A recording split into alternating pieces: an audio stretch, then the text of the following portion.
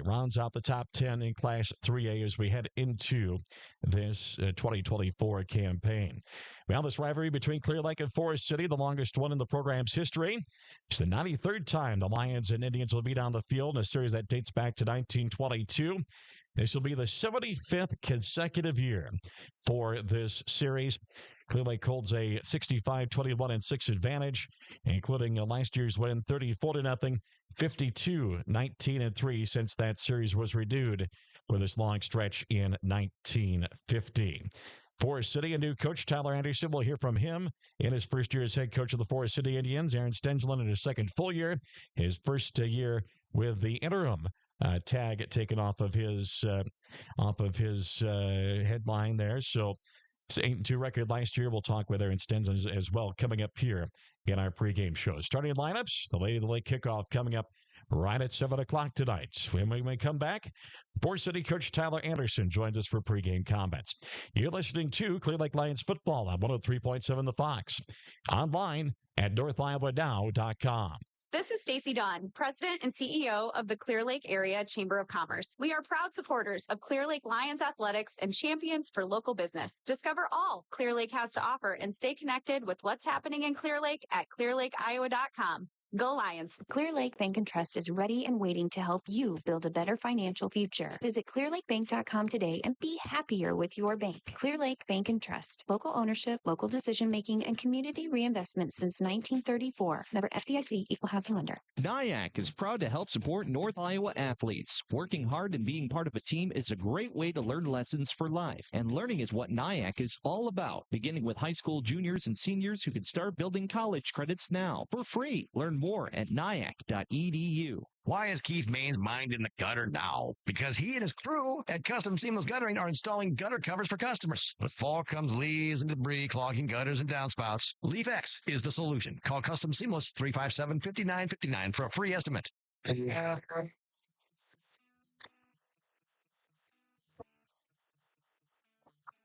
Back now in our pregame show as we get ready for Forest City and Clear Lake here on 103.7 The Fox and NorthIowaNow.com.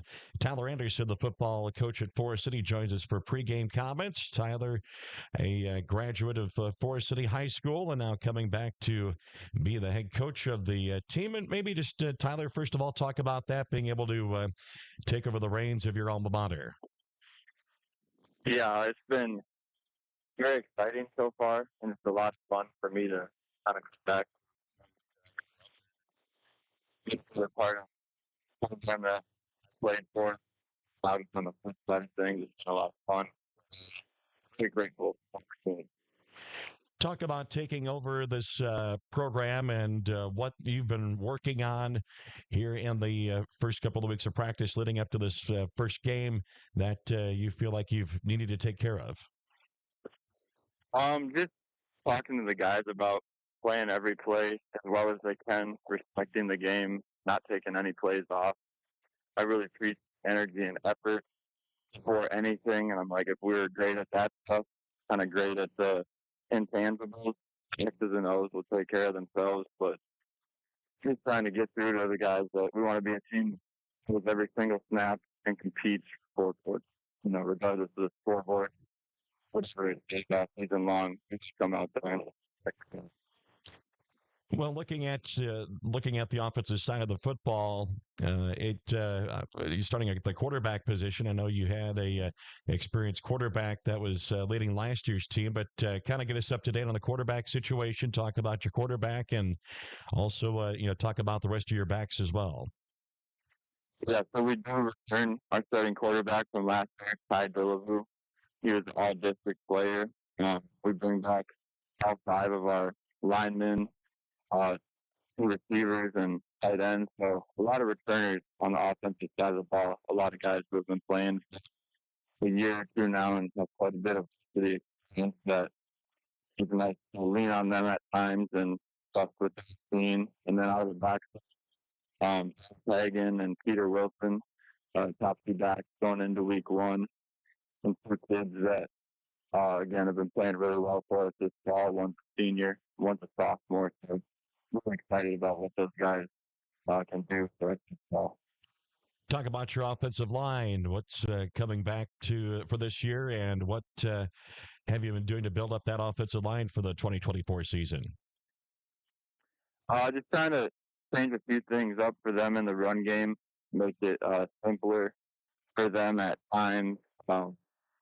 Really got guys who just work extremely hard and understand leverage to try and put them in positions to use their abilities to their best and kind of get them to get after people a little bit more and be a downhill football team. When we come back after this break, we will talk about the defensive side of the football as well as the game tonight with Clear Lake and Forest City. We'll continue our conversation with Forest City coach Tyler Anderson after this break. You're listening to Clear Lake Lions football at 103.7 The Fox. You're watching on NorthIowaNow.com. Just like the players on the field chasing a win, Farmer State Bank is here to help you chase your financial dreams. Whether you're looking to grow your farm, expand your business, or buy your first home, we're here to help you score big. Farmer State Bank, let's tackle your financial dreams together. Absolute Waste Removal is a proud supporter of Clear Lake High School activities, serving Clear Lake, Mason City, and the greater North Central Iowa area. For residential, commercial, and roll-off services, contact your responsive and dependable, locally owned and operated waste collection provider is Absolute Waste. The CLTEL fiber optic network delivers reliable, high-quality internet speeds that are perfect for streaming Clear Lake Lions sports. More than just an internet provider, CLTEL is a committed community partner invested in local initiatives and the go-to choice for North Iowa. MBT Bank in Clear Lake is proud to support our Lions on the field, the court, in the auditorium, and in all activities throughout the year. Come see us at our new location on Highway 18, just south of Lions Field. Go Lions from MBT Bank in Clear Lake.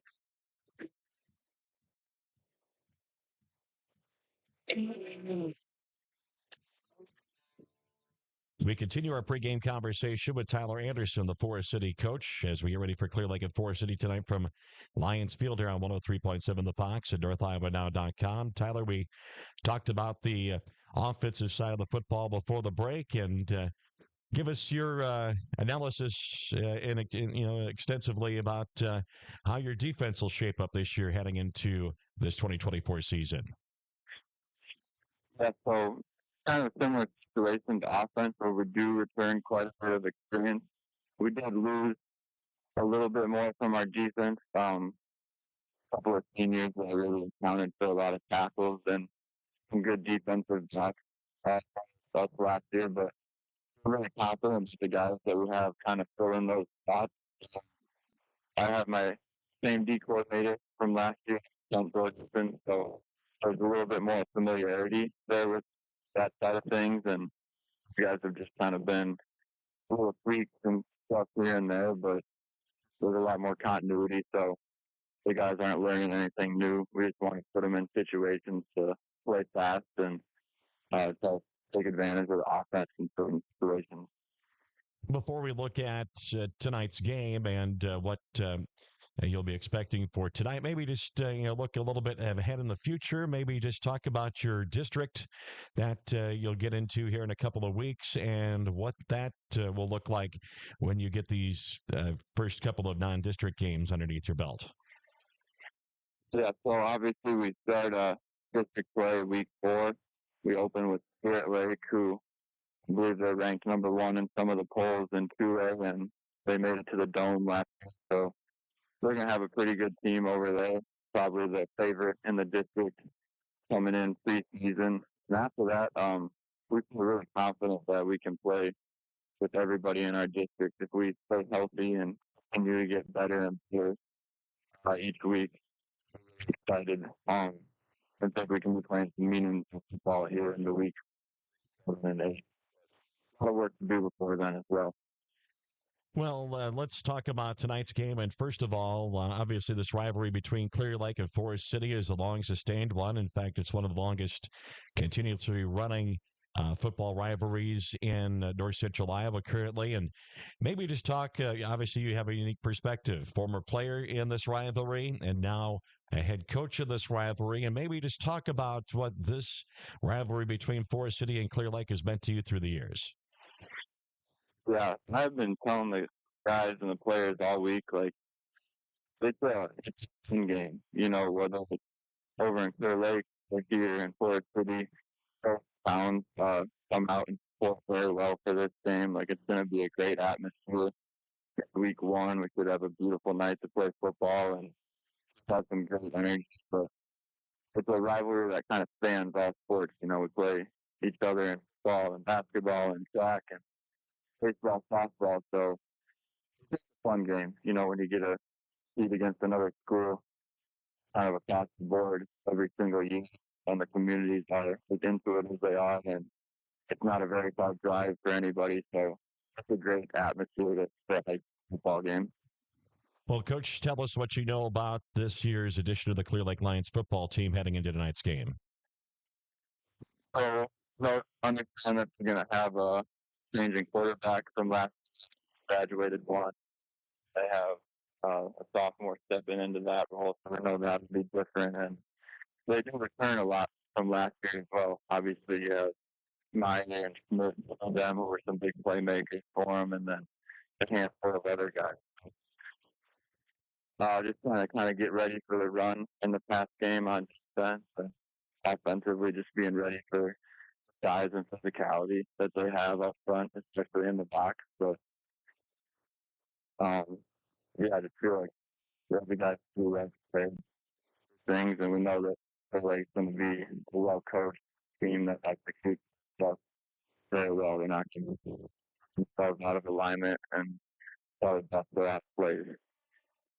Coach, any other keys for success tonight for your football team? What do you want to see your team accomplish here in week 1 to set the tone for the rest of the season? Yeah, a big thing for us off the gate is tackling. That's something that we definitely needed to improve on from last year.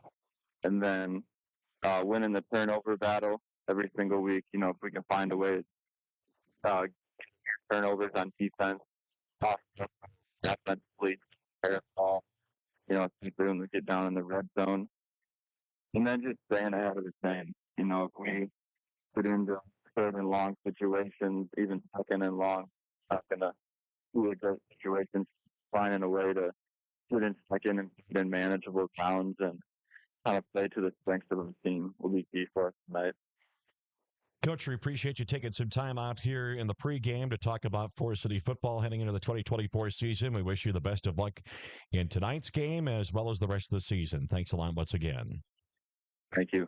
Tyler Anderson, the Forest City coach, with pregame comments. We'll sit down with Aaron Stensland, the Clear Lake coach, for his pregame comments after this, as you're listening to Clear Lake Lions football on 103.7 The Fox, as well as watching on NorthIowaNow.com. Glenn's Tire in Clear Lake has been locally owned and operated since 1992. Known for their honesty and integrity, you can trust their experienced staff with all of your vehicle maintenance and repairs, including alignments, brakes, oil changes, tires, and more. Glenn's Tire on Highway 18, Clear Lake. Go Lions! Mid-Iowa Electric Motors and Equipment has over 20,000 square foot of warehouse inventory, making it the largest motor warehouse in North Iowa, Southern Minnesota, and now in Central Iowa. I'm Ryan Lehner. Visit us online at midiowa.com and on location at 16455 Lark Avenue, southeast of Mason City, and now in downtown Kesley, Iowa. This is Stacy Dawn, President and CEO of the Clear Lake Area Chamber of Commerce. We are proud supporters of Clear Lake Lions athletics and champions for local business. Discover all Clear Lake has to offer and stay connected with what's happening in Clear Lake at clearlakeiowa.com. Go Lions. Clear Lake Bank and Trust is ready and waiting to help you build a better financial future. Visit clearlakebank.com today and be happier with your bank. Clear Lake Bank and Trust. Local ownership, local decision making, and community reinvestment since 1934. Member FDIC, Equal Housing Lender.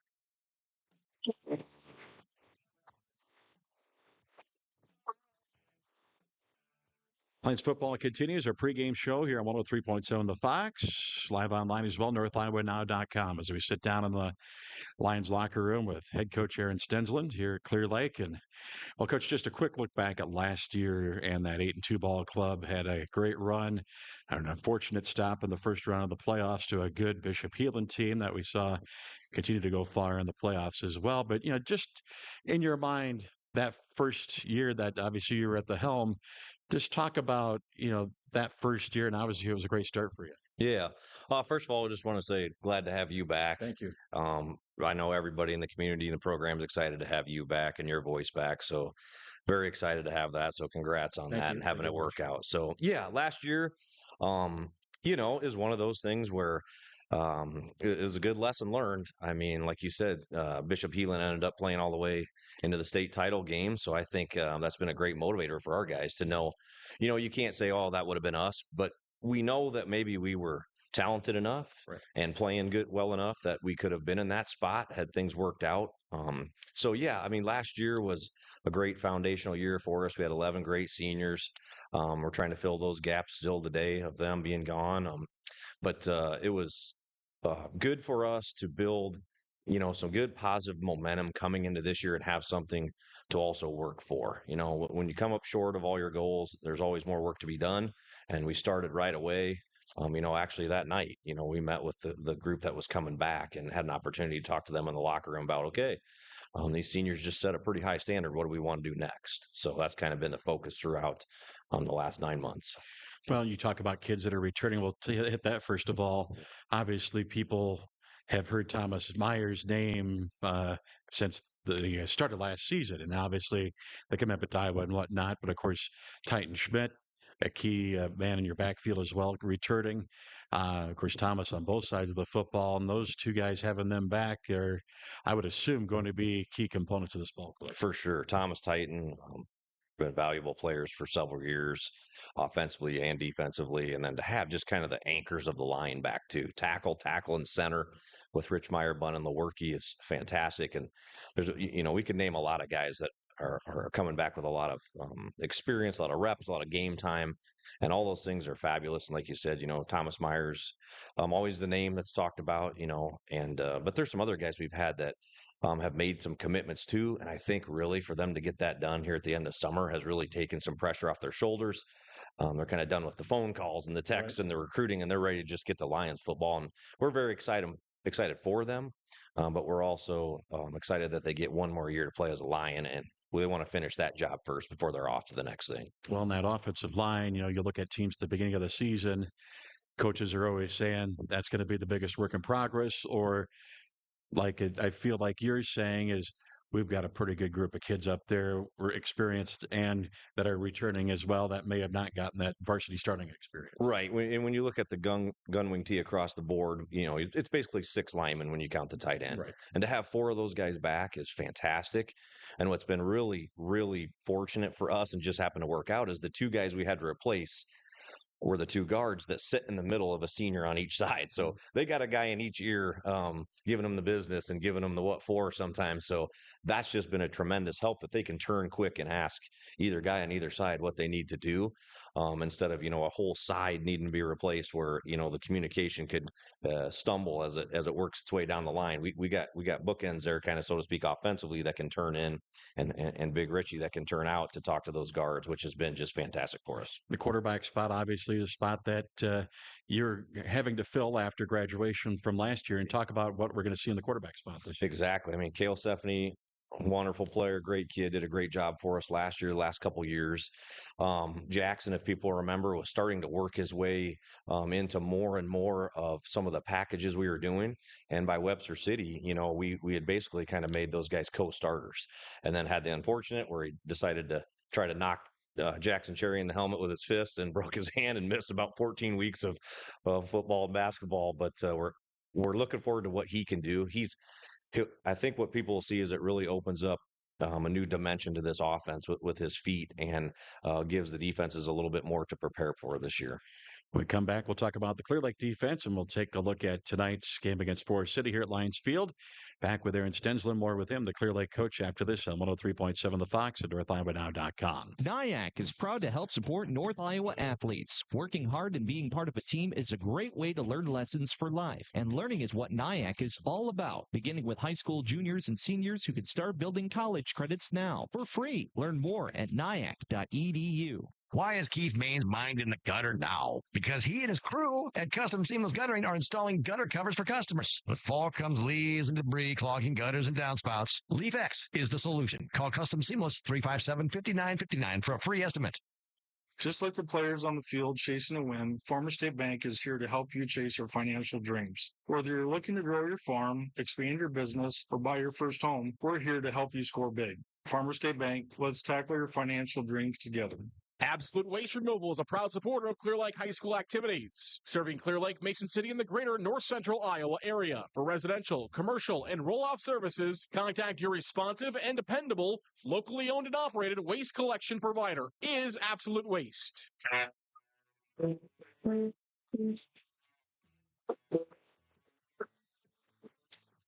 Continue our pregame conversation. Aaron Stensland joining us here in the Lion locker room here before tonight's kickoff.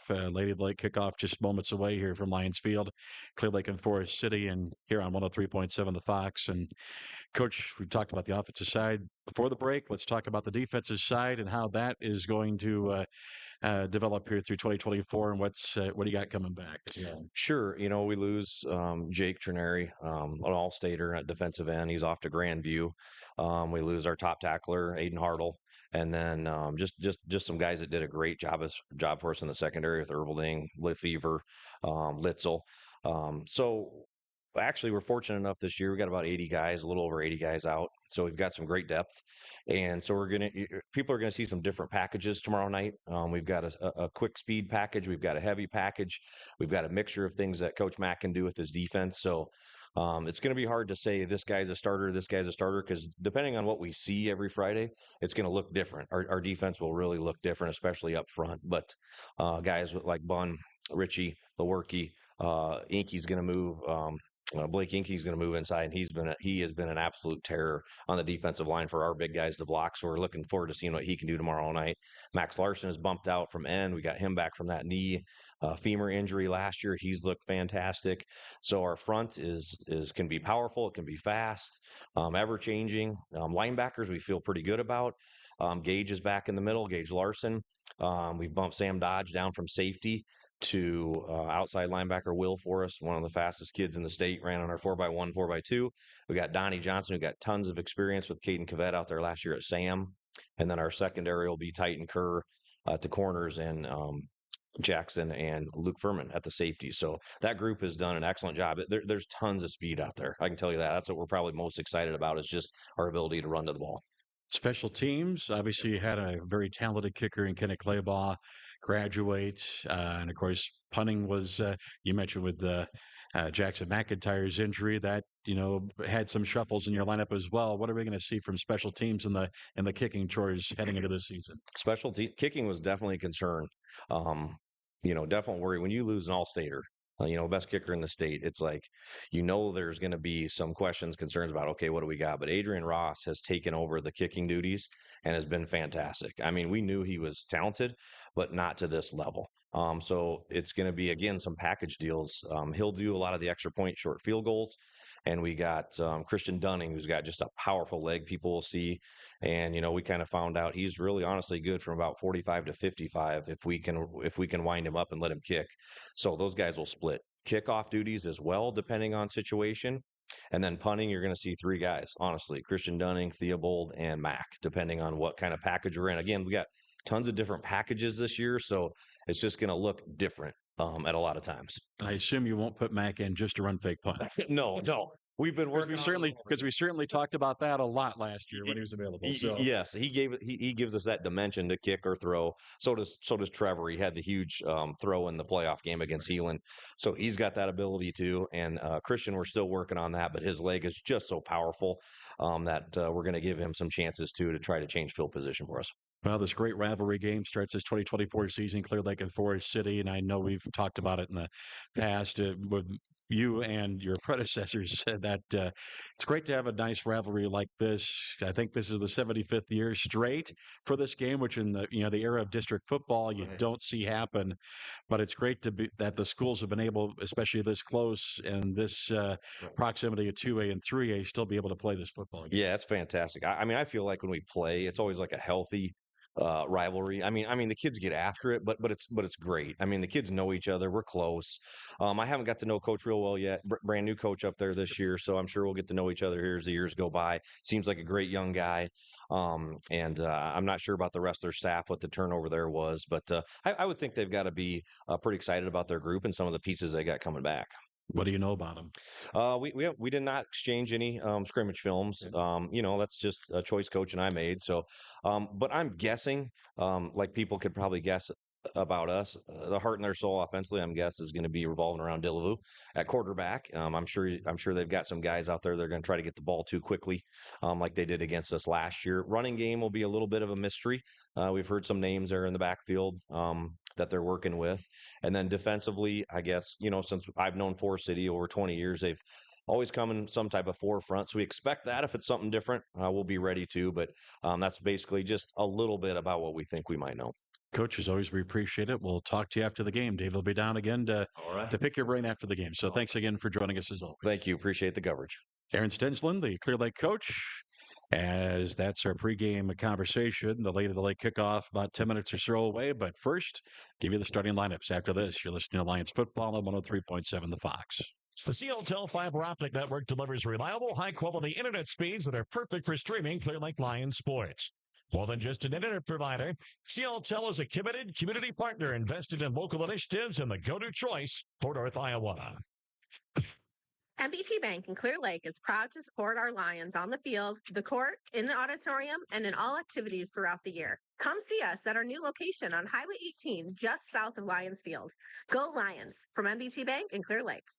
Glenn's Tire in Clear Lake has been locally owned and operated since 1992. Known for their honesty and integrity, you can trust their experienced staff with all of your vehicle maintenance and repairs, including alignments, brakes, oil changes, tires, and more. Glenn's Tire on Highway 18, Clear Lake. Go Lions! Mid-Iowa Electric Motors and Equipment has over 20,000 square foot of warehouse inventory, making it the largest motor warehouse in North Iowa, Southern Minnesota, and now in Central Iowa. I'm Ryan Lehner. Visit us online at midiowa.com and on location at 16455 Lark Avenue, southeast of Mason City, and now in downtown Kesley, Iowa. This is Stacy Dunn, President and CEO of the Clear Lake Area Chamber of Commerce. We are proud supporters of Clear Lake Lions Athletics and champions for local business. Discover all Clear Lake has to offer and stay connected with what's happening in Clear Lake at clearlakeiowa.com. Go Lions!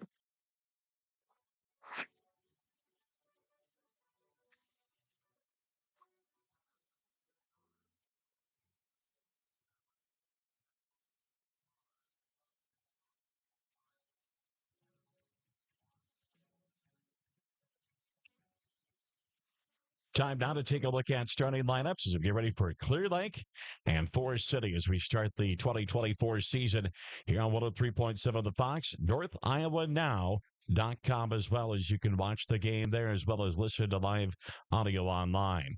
Starters for Clear Lake. Let's start on the offensive side of the football as we always do. Jackson McIntyre, quarterback, the 6'2" sophomore. And McIntyre did have some experience in the quarterback position. Of course, most of his yards were in the run and the receive as he had that injury in the Webster City game, as Coach Stensland just mentioned moments ago. He was 1-3 passing for 4 yards, an interception last year. He had 97 yards on 31 carries in last season as well for the 6' sophomore. Tyne Schmidt at 5'11", 170, and a senior.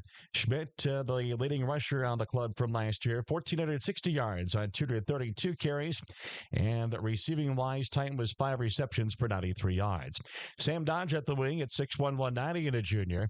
Sam had 53 carries for 501 yards and 4 touchdowns, 9 receptions, 205 yards, and 3 touchdowns. Alex Kerr, a wideout at 6'1", 175, and a senior. Alex, 2 receptions for 35 yards. Trevor Theobald at 6', 180, and a junior is in the slot starting for this season. Didn't have any numbers on the pass last year under the receptions. He was 6 for 24 carrying the football for an average of 4 yards per carry. Thomas Meyer at that tight end spot on the line, 6'6", 230 and a senior. And Thomas, 47 yards on 25 receptions and 8 touchdowns, the Lions' leading receiver last year. The line looks like this from left to right. Landon Lewerke at 6'3", 270 and a senior is the left tackle. Rick Drulow at the left guard at 6'2", 215 and a junior. Aaron Richmeyer at center at 6'2", 280 and a senior. Lincoln Allsbrook at guard, 6 foot 205 and a senior. And Henry Bunn at tackle at 6'4", 270 and a senior. Looking at Forest City on the defensive side of the football. The defensive ends are Corey Thorson at 6'3", 210 and a senior. And Tristan Brandsoy at 6'5", 255 and a senior. The defensive tackles, Nick Dante at 6'2", 275 and a junior. And Brock Good at 6'1", 215 and a senior. The linebackers, James Hagan at 5'11", 185 and a senior. Luke Carney at 5'7", 190 and a senior. And Ryan Bailey at 6 foot 195 and a senior. The corners, Carson Hall at 6'2", 160 and a senior. And Ty Sopko at 6'2", 165 and a junior. The safeties are Colin Thompson at 6'2", 180 and a sophomore. Peter Wilson at free safety at 5'11", 185 and a sophomore. The leading tackler from last year's team was a senior. Grant Woogie had 88 tackles and Sam Clausen 49.5. Dante is the leading tackler, returning at 32 total tackles.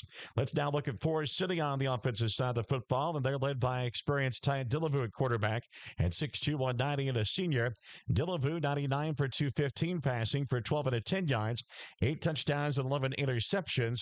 Dillevue also 42 carries, and those were for a loss total of 42 yards. Of course, sack yardage added into those numbers. James Hagan at the running back spot at 5'10", 175 and a senior. Hagan last year was 10 carries for 23 yards total. The wideouts, Carson Hall at 6'2", 185 and a senior. Hallway, one of the leading receivers on this team last year, 20 receptions for 193 yards and 1 touchdown. Ty Sopko at the other wideout at 6'1", 180 and a junior. Sopko 11 receptions for 195 yards total. The tight ends are Corey Thorson at 6'3", 210 and a senior. Thorson 12 receptions for 186 yards and 2 touchdowns. Luke Carney at 5'7", 190 and a senior. And Carney did not have any varsity stats receiving last year. Looking at the line, the centers, Peyton Klein at 5'7", 230 and a senior. The guards surrounding him, Gavin Lichtchen at 5'10", 215 and a junior. Gabe Cosma at 6'2", 220 and a junior. The tackles are Brock Good at 6'1", 215 and a senior.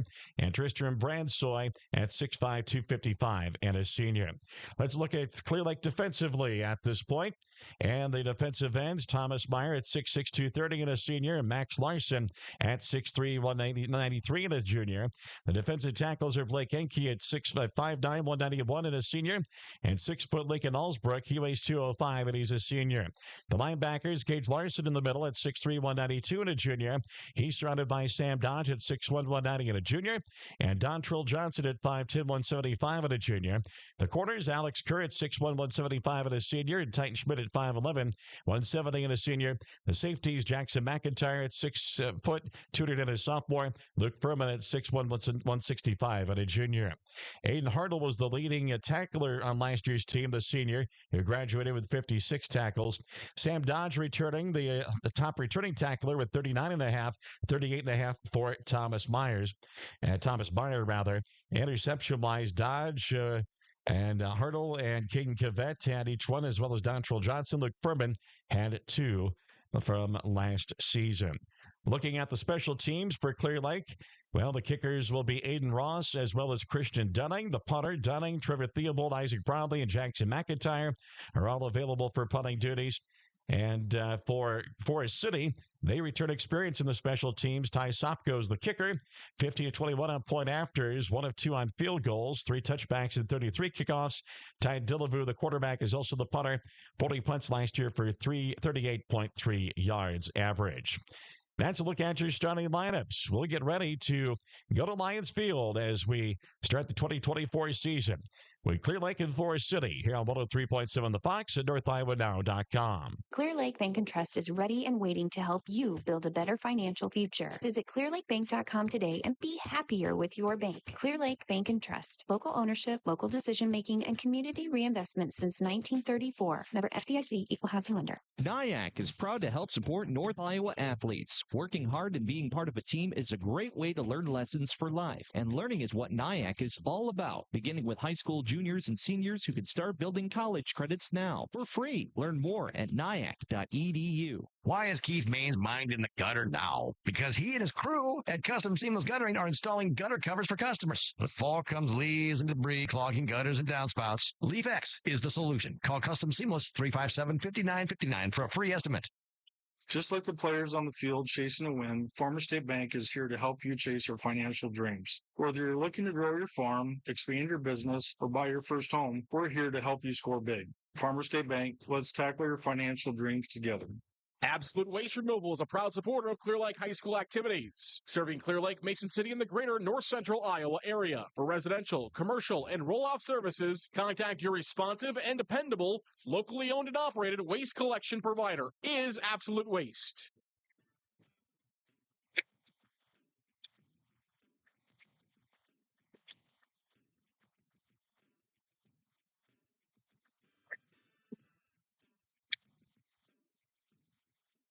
It's time for coverage of the Clear Lake Lions on 103.7 The Fox and NorthIowaNow.com. This coverage of the Clear Lake Lions is brought to you by CLTEL, MBT Bank, Glenn's Tire, Min Iowa Electric, the Clear Lake Chamber of Commerce, Clear Lake Bank and Trust, North Iowa Area Community College, Custom Seamless Guttering, Farmer State Bank, Absolute Waste, and Dean Snyder Construction.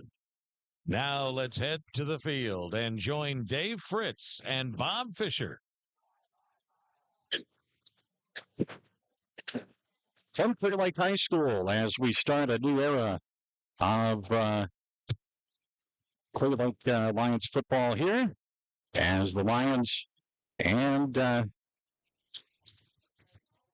Forest City here on 103.7 The Fox, and live online as well at NorthIowaNow.com. Looks like we've got some potential technical difficulties to start things out, but so we're going to do is we're going to take a quick break and then come back.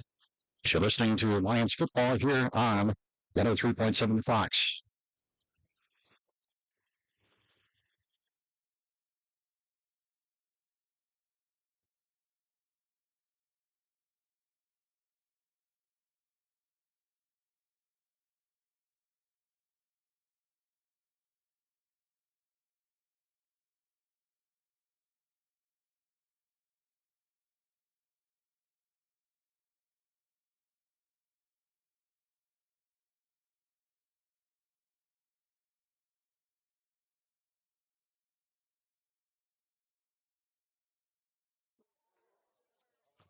Check.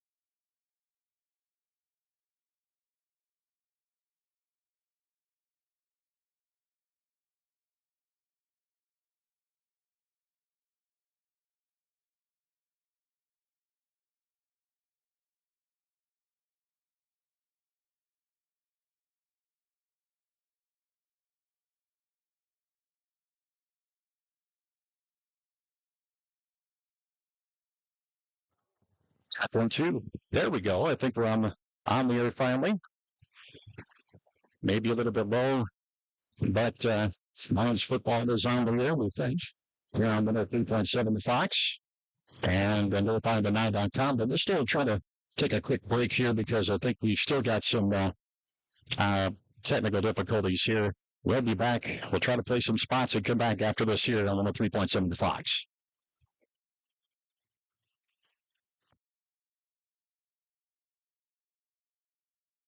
Check.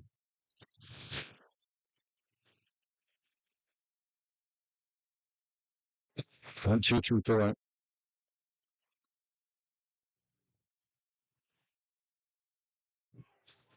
One, 2, 3, 4, 5, 6, 7, 8, 9, 10. I think we're on the air, but we're a little low. It appears, at least on my end, but we'll try to correct that as we go here through time. Dave Fritz will bring you in. Once again, we apologize. First game on the air and have some of those difficulties that are taking place on the air, but we'll try to get those corrected. We'll try to get the right things potted back up at the studios, but we're going to talk about what's happened with the Clear Lake Sports in a little bit, but let's try to do some football here. And Dave, we've got a good football team here that's coming back from last year, and we'll see how they do here in 2024. Well, as Coach Stensland said, you lose 11 seniors, but the way the season has gone the last couple of years, a lot of these kids got to play a lot of football. And with Coach Stensland, with that year experience, plus being an assistant for several years, he knows the kids. He's got his coaches in line, defensive line with McIntyre, defense. We're just looking forward to an outstanding season. And you go individually and look at 5 or 6 of these kids that were all district, all state. It's just a very positive return. It's a matter of putting things together, taking care of the details, and go out and play the game and have some fun. Well, the way the kickoff coming up here, brought to you by CruiseClearLake.com.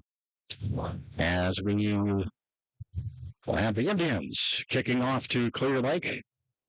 Right to left as you look at your Fox dial, and the kick by Ty Sopko is taken at the 5-yard line. And that's by Sam Dye for the 5, and he pushes to the side, 35-30, 35 midfield. To the 45-30, he's taken down at the 37-yard line. Boy, I tell you what, Bob, the blocking on that was tremendous. The hole opened up. Sam Dodge, with his speed, was able to just power through there, get past the lineman, and all that was left was one safety there to make the stop on him.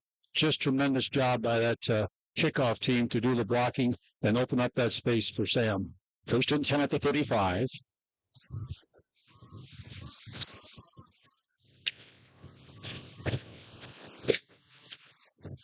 Well, this rivalry is my comment. Number 31 for what? With 15-yard penalty. I didn't see a flag even.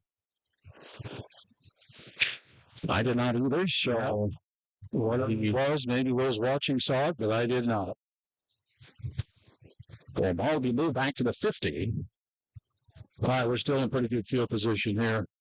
Let's see what this offense can do with McIntyre as its quarterback this year. Well, Jackson, of course, got injured in that Webster City game. Right. And unfortunately for him, had his season cut short, but he was first and 10, right at the 50-yard line on the near side hash mark. Lions left to right in front of you. Snap to McIntyre, the wing T shotgun, and he hands it off to Titan Schmidt. He gets one on the play, and it'll be second down at 9. Well, I don't think early in this season, Bob, that we're going to see a whole lot of different quirks to the offense that Coach Stendhal has run in the past. He's got the speed. He's got the good quarterback. He's got some receivers and a lineman up front. It's just playing basic football and go out there and take care of the guy across from you. Second and 9 at the Forest City 39. Snap back to McIntyre. Quick swing pass to the left side is confirmed to the 50, 45, 50. Down at the 36-yard line. It's Trevor Theobald on the reception. Trevor Theobald, they're just coming in motion to the right and then going back out to the left, and we got another flag. This is probably going to be a hold of a block. So that'll negate the play. Fortunately for the Lions, that's a 10-yard penalty from the spot of foul, which is the 41-yard line. And I'm going to move it back only to the, not the 51, but the 39 on the Clear Lake side. Not the way on the and the holding number 5 black, 10 yards penalty from the spot of foul, repeat second. So it's 2nd and 11 at the 49. The wing 2 shotgun from the left side hash block. McIntyre quick screen pass to Titan Schmidt. And look to the 15, he breaks away, gets down to the 45-yard line, and Forest City territory. Answer to be 3rd down to come. Just those little quick passes we saw at the 3 yards last time, even though there was a penalty. This time the Titan, with their blockers out front, just get the ball out to the speedster, get it out to the running backs, and let them work in the open field. Lions last year were 44% on 3rd down. This is 3rd and 5 at the 45 in Forest City territory. 10:57 left here in the first. Turn receivers out to the right.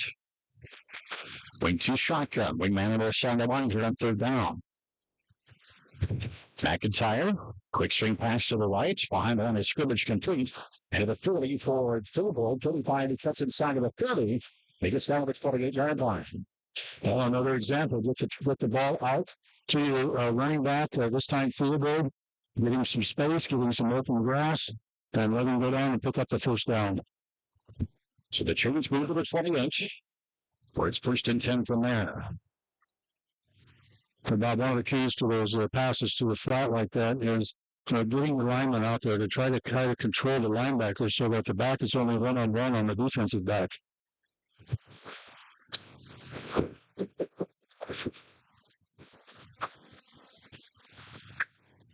On 1st and 10 at the 28. Triple receivers to the right. And McIntyre calls his own number strip at the red foot over the 20 and the 24-yard line. He gets to the 23, so it'll be about 2nd and 5. That blocking up front with that Lincoln Osbrook at the right guard and Jackson Peckham in the center there, starting in the place of Rich Meyer and Blake Verlo. Those guys just blocked the hole for McIntyre to open that space up. Unfortunately, he was tripped up. 2nd down and 4 at the 22. Twin receivers left, one to the right. And a quick swing out to the left side, complete to Schmidt. The 15 to the 10 to the 5, touchdown to the Lions.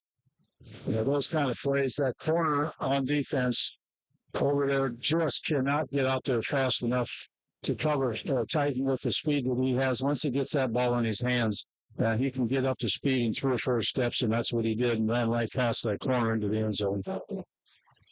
Short drive. That was 5 plays. 35 yards total if you subtract the penalty yardage there. 50 yards actually will go.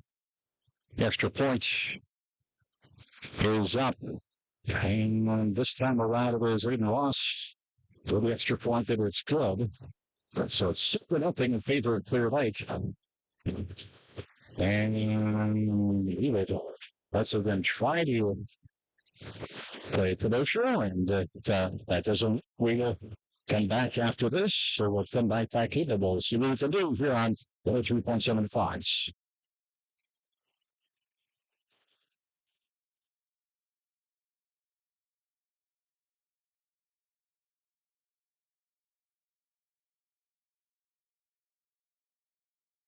Well, I guess we'll keep it right here as 7-0. But they have a good first drive of the season. Absolutely. Even the first 2 plays, you got penalties. Difference in the offense.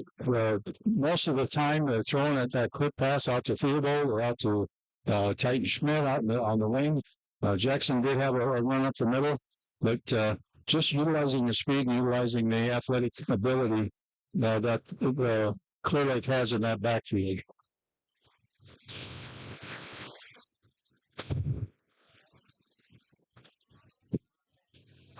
The kick will be taken at the 5-yard line. by Carson Hall. And with him up to the 20, 25, and he's taken down to the 26 or 7 by Cooper Cook.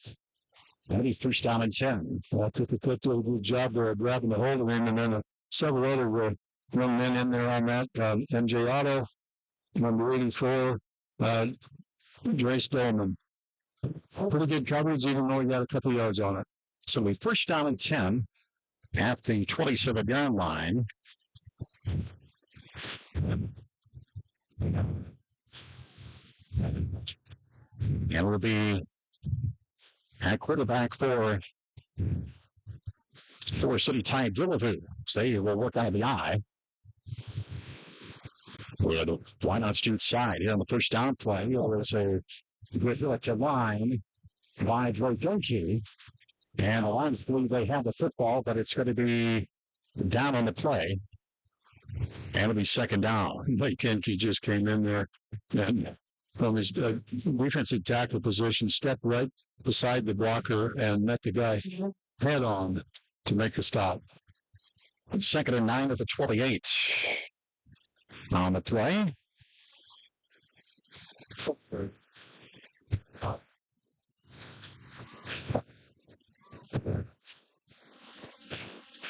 Shotgun. Back split in the backfield.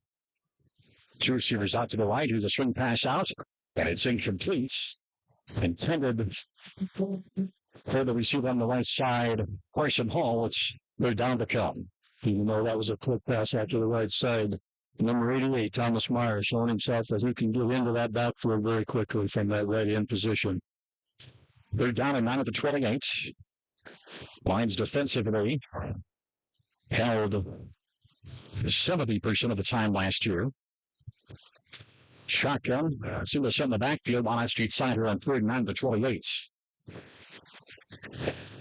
Liverpool quarterback takes his time here on the snap count. He will take a 2-step drop and look to his right and fire a pass that is incomplete. And as it was intended for Johnny Sopko, Alex Kerr on the defense. They're clear looking at its 4th down. Excellent coverage by Alex Kerr. The ball hit his hands just as Alex hit him. There's no way you can catch that. Good defensive stop for the first series of downs. Once again, we know we're having some minor difficulties.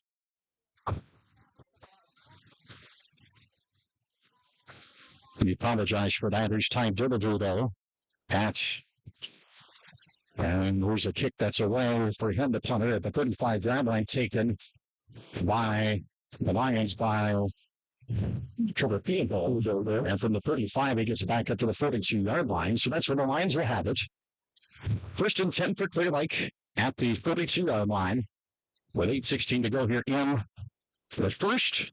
Clear Lake Bank of Trust scoreboard. First time we can see that on this broadcast tonight. It is 7-0 in favor of Clear Lake. It's very welcome for the Bank of Trust over to our broadcast.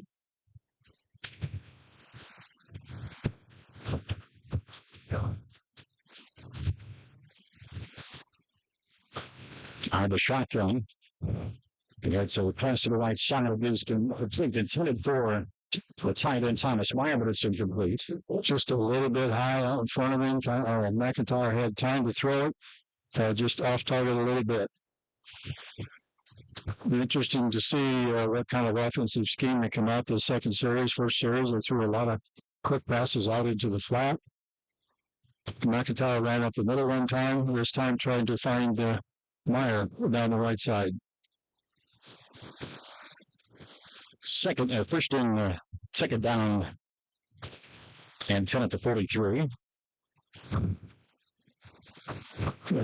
And here's the handoff up there. You're outside Freshblood. First down at 10 for Sam Dodge. He gets across midfield and down to the 47. Well, it's inside the reverse there. Dodge is going to line up on the left side. Fake it to the throwback and give it to Dodge coming across to the right. Turn it forward with blocking up front. Good yardage. First and 10 at the 36. And as 7-0 in favor of Clear Lake. As the Lions a bit more tight formation on the line here, this wing T shotgun. And they hand off to Schmidt, and he does run to the side 30, and he will carry the tackler inside the 35 down to 34. When you have him run, maybe you coming around the left end to take the air of that linebacker, you know that there's going to be some space. Henry Mann, 6'4", 270, no match for that linebacker trying to come over and make the tackle.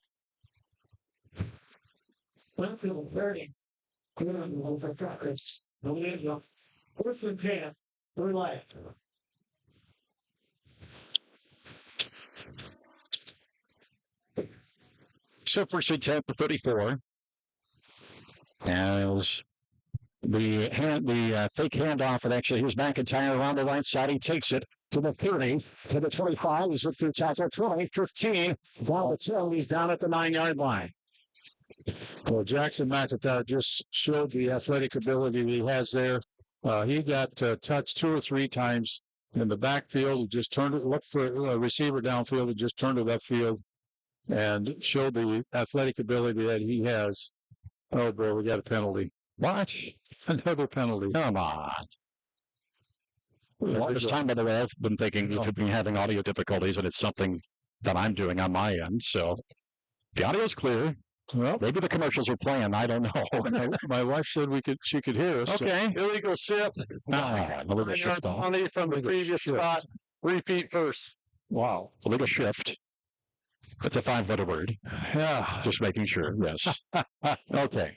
So. All right. So we think we're good with the voice and all that stuff. We'll just see if we can run a commercial, huh? Well, the radio I had obviously stinks. Okay. Maybe that's another penalty flag here. First game jitters. I think you could have. Timeout, Black. Well, you know what? Oh, we're going to take a timeout, and maybe we're going to see if I know what the heck I'm doing here. So, on the Clear Lake Bank and Trust scoreboard with 6:44 to go here in the first, Clear Lake 7. And Forest City nothing. This is Lions football 103.7 The Fox.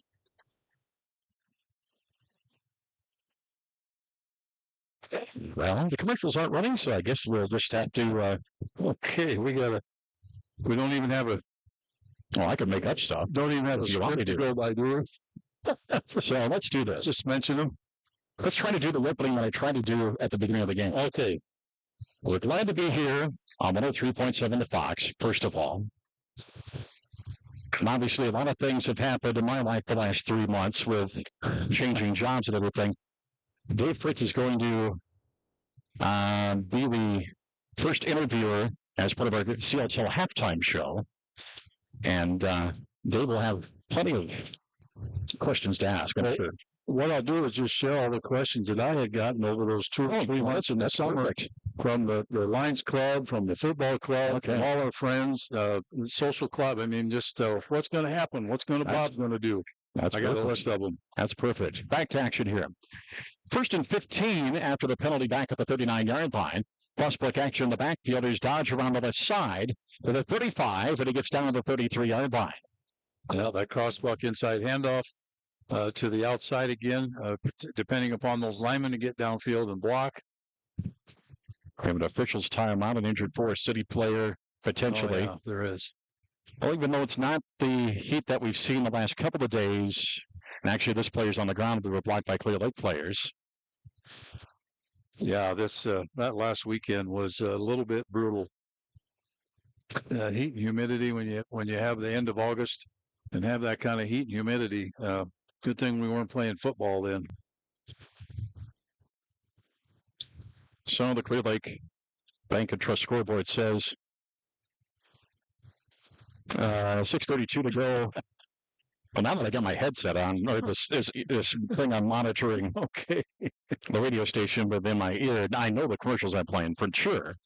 Our audio sounded like we were whispering into the ears of our loved ones or something like that. And all of a sudden I put the other earbud in. It's like, oh, we are coming pretty good. Okay. In FM stereo. All right.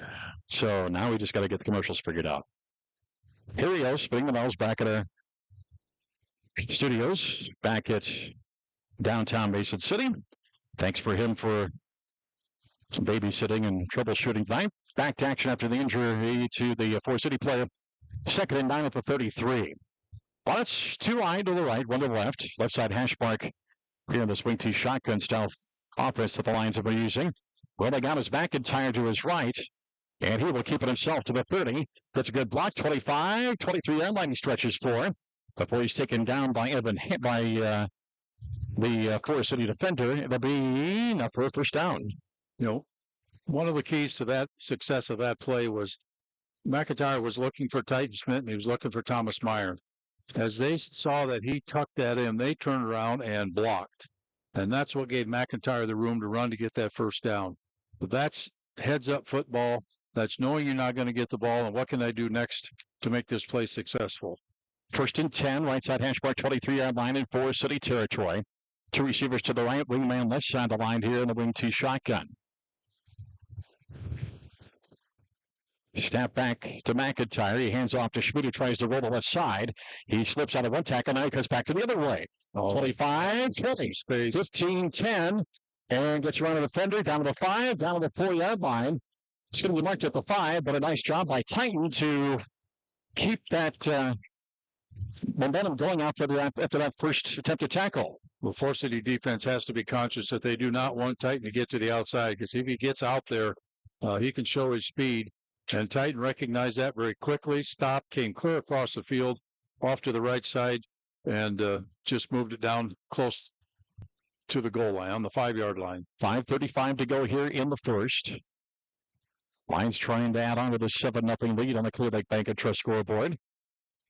Double tight ends. Flexbone style formation here. On 1st and goal at the 5. McIntyre hands off to Schmidt, bounces off the defender, doesn't get any room this time. He's taken down for a loss on the play.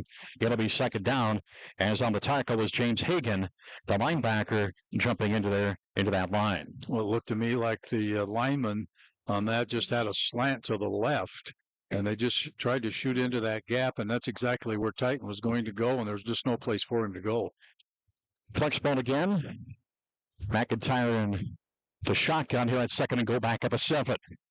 Handoff to Schmidt, right side, and boy, the shirt tail was grabbed by Tristan Brandsoy, the defensive end for Forest City, containing Titan and about the 8. So it'll be 3rd down and goal. Yeah, Forest City's just coming across the line very quickly. They're down on this goal line stand and able to get into the backfield to shut down Titan a couple times. They mark it back at the 7. Lions with some personnel changes here on 3rd and goal at the 7-yard line. Lions on the night, 1 for 1 on 3rd down. They'll put 2 receivers out to the right. In his wing T shotgun. Dodge the wingman on the right side of the line here on 3rd and goal at the 7. Dodge in motion, the pitch to him. He turns back inside to the 3, and he's held up there. Yeah, he had blockers to the outside. He thought he saw some space going inside. Turned it upfield and was just stopped short. Decision time for Clear Lake. It's an official's timeout, so they get a little more time to figure this one out. Once again, you don't have the Kinnick clay ball that you had last year on this team. All-state kicker, and it looks like the Lions are going to go here on 4th down.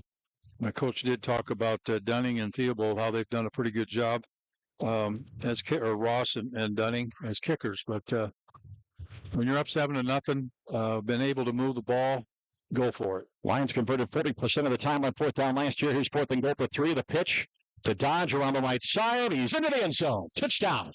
Clear Lake Lions. Eventually the speed is just going to get out to the outside. And he didn't have a lot of space to move, just slant to the corner and get in there for the touchdown. So the Lions with a nice drive on drive number 2 of the night. 10 plays and 63 yards total and 4:45 off the clock. A 13-0 lead on the Clear Lake Bank and Trust scoreboard with Aiden Ross on to try his 2nd extra point of the night. Well, he started his new streak. He's 1 for 1 so far. I shouldn't say that, but having a kicker like Kinnick last year was just a tremendous offensive asset. And he's 2 for 2. So Ross punches in through the extra point. Clear Lake Bank into a scoreboard with 3:31 left here in period number 1. The Clear Lake Bank and Trust scoreboard says 14-0 in favor of Clear Lake, leading Forest City. Let's see what happens if we try to take a break. There's no Lions football on the Fox.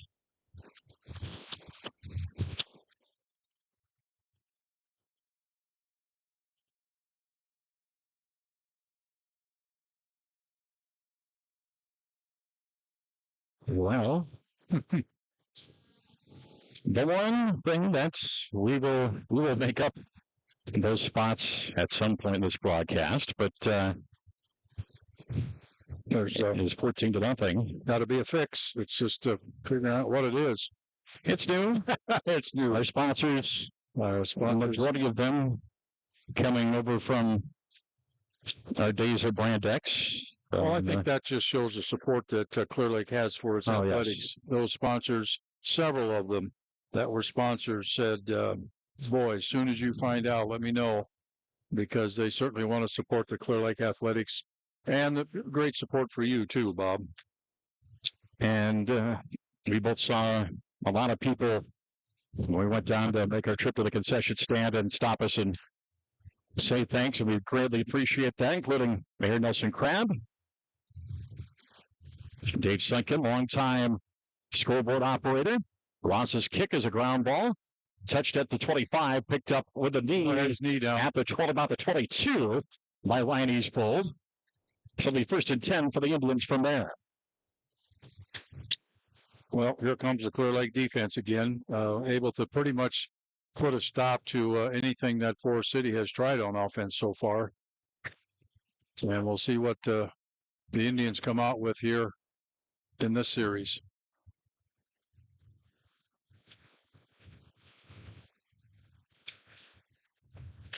So 1st and 10 from the 21. 22 is actually where they'll mark it for Forest City. And the high snap on the shotgun snap, the pitch out. And James Hagan trying to turn off the right side, but the Lions defense contains him. And it's 2nd down to come. Cage Larson coming across there from his linebacker position, and he just said, you aren't going anywhere. He's in the backfield making a tremendous stop there. 6'3", 192-pound Cage Larson. 2nd down and 11 at the 21. 3 minutes to go here in the first. Clear Lake 14-0. Leading Forest City on the Clear Lake Bank and Trust scoreboard. Here on 2nd down and 11, shotgun. Split eye off the shotgun man. Swing outs to each side. Wideouts to each side, we should say, here on 2nd and 11. And Delivery scrambles to his left off the snap. It might have been tipped on the pass. It's incomplete into the Lion bench. So it was intended for Carson Hall. That'll set up 3rd down. Well, you're right, Bob. Thomas Meyer was in there, and he got his hand up in the air, and he just flicked the ball a little bit, made it sail off out of bounds. Good defensive coverage, though, too. NorthIowaNow.com, by the way, is our new news and sports website. And getting that going, the sports, of course, Mason City on 98.7 tonight. Mason City High School, a new home for the Riverhawks. Northwood Kensett football tonight on line at NorthIowaNow.com. We've got a timeout on the field, so we'll try to take it with Forest City with their first timeout. Clear Lake Bank and Trust scoreboard. Clear Lake 14, Forest City nothing. Let's take a 30-second break and come back after this. You're listening to Lions Football, 103.7 The Fox.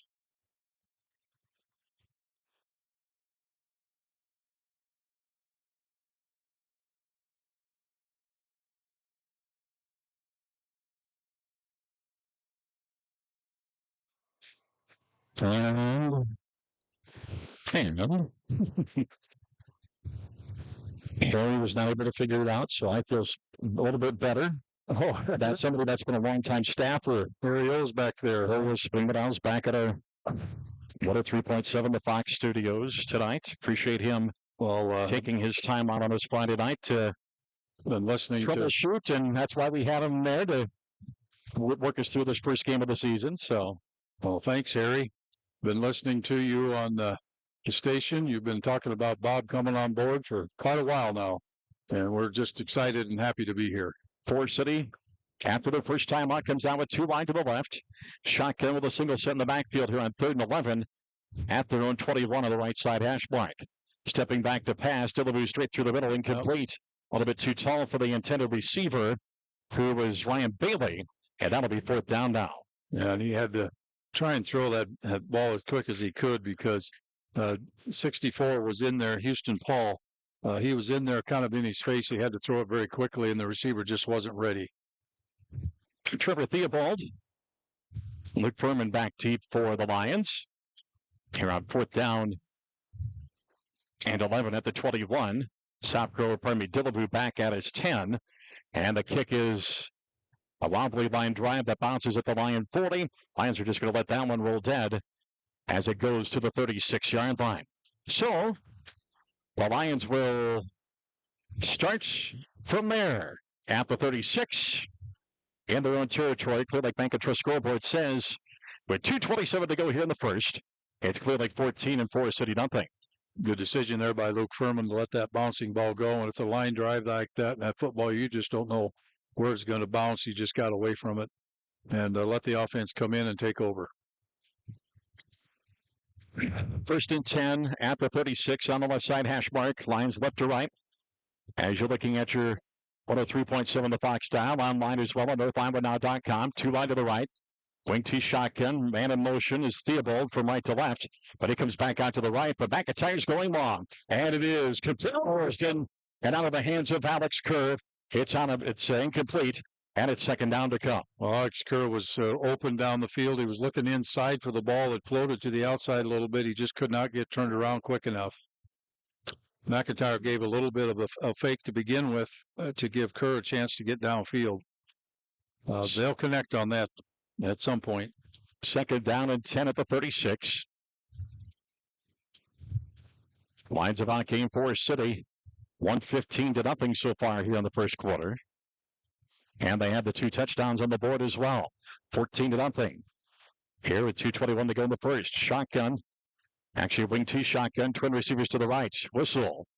And a timeout by Clear Lake as they did not have things lined up. That is their 2nd timeout, I believe, of this contest. The play clock was running down to almost 0, and coach recognized that and got the timeout before the penalty. Well, we mentioned first game jitters. Not up here. Of course, no, we're calm as can be up here. Oh, yeah. We are now. At least I know it's sounding good back on the airwaves now. I got my. Well, the good thing is, Bob, the fans out there can still hear us. That's right. You know, that's the positive. Well, that was the first part I was worried about. Like, get on the air, it's like, well, sounds like mud. I'll see how many. Change headphones, the sides of the headphones. It's like, oh, hey, we're sounding pretty good. We'll see how many texts we get about that comment about they're glad to hear us, right? Yeah, well, we already had people commenting down at the concession stand tonight. Oh, I got to listen to you? Yeah, well, they were talking to me, Bob. I know they were talking to you. Okay, 2nd and 10 to 36. Left side hash mark, double handoff inside. And through the middle, 45 midfield, spinning down his dodge, just across the midfield stripe. And the Lions will move the chains for the 7th time tonight. Yeah, like the quick double handoff on the inside reverse, counter play, whatever you want to call it. It just works very well. And that play is built around the linemen being able to hold their blocks, particularly coming off if it comes to the right side, that the right side lineman can hold the block and allow the backs to get up through the hole. Twin receivers left, one to the right on this shotgun here by McIntyre. 1st and 10 at midfield. McIntyre with a long count, 2-step drop, looks it over, fires to the right side. It's incomplete. He was held, but no call. Yeah. As it was intended for Thomas Meyer out on the right side. Incomplete and 2nd down rather. I thought he had his jersey tucked a little bit. Looked like he had a hold of it there. I was watching McIntyre there. Good blocking, protection for McIntyre by Lincoln Allsbrook and Henry Bunn up front. Give McIntyre time to survey the field, decide whether to throw it or take off running.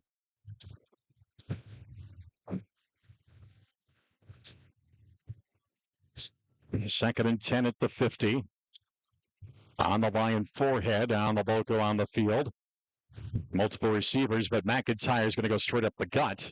He's going to get 2 to the 48. Third down to come.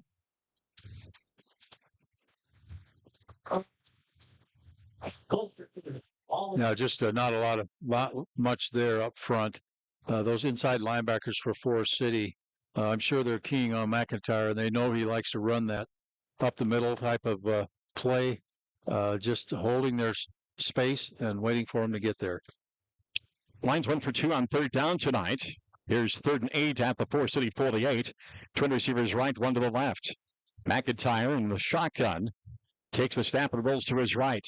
He's looking, fires a pass. It's complete. First down and more down to the 35-yard line, as it was Trevor Theobald to make the play on the right side. Now, Theobald coming across the field. We had Dontrell Johnson was down deep.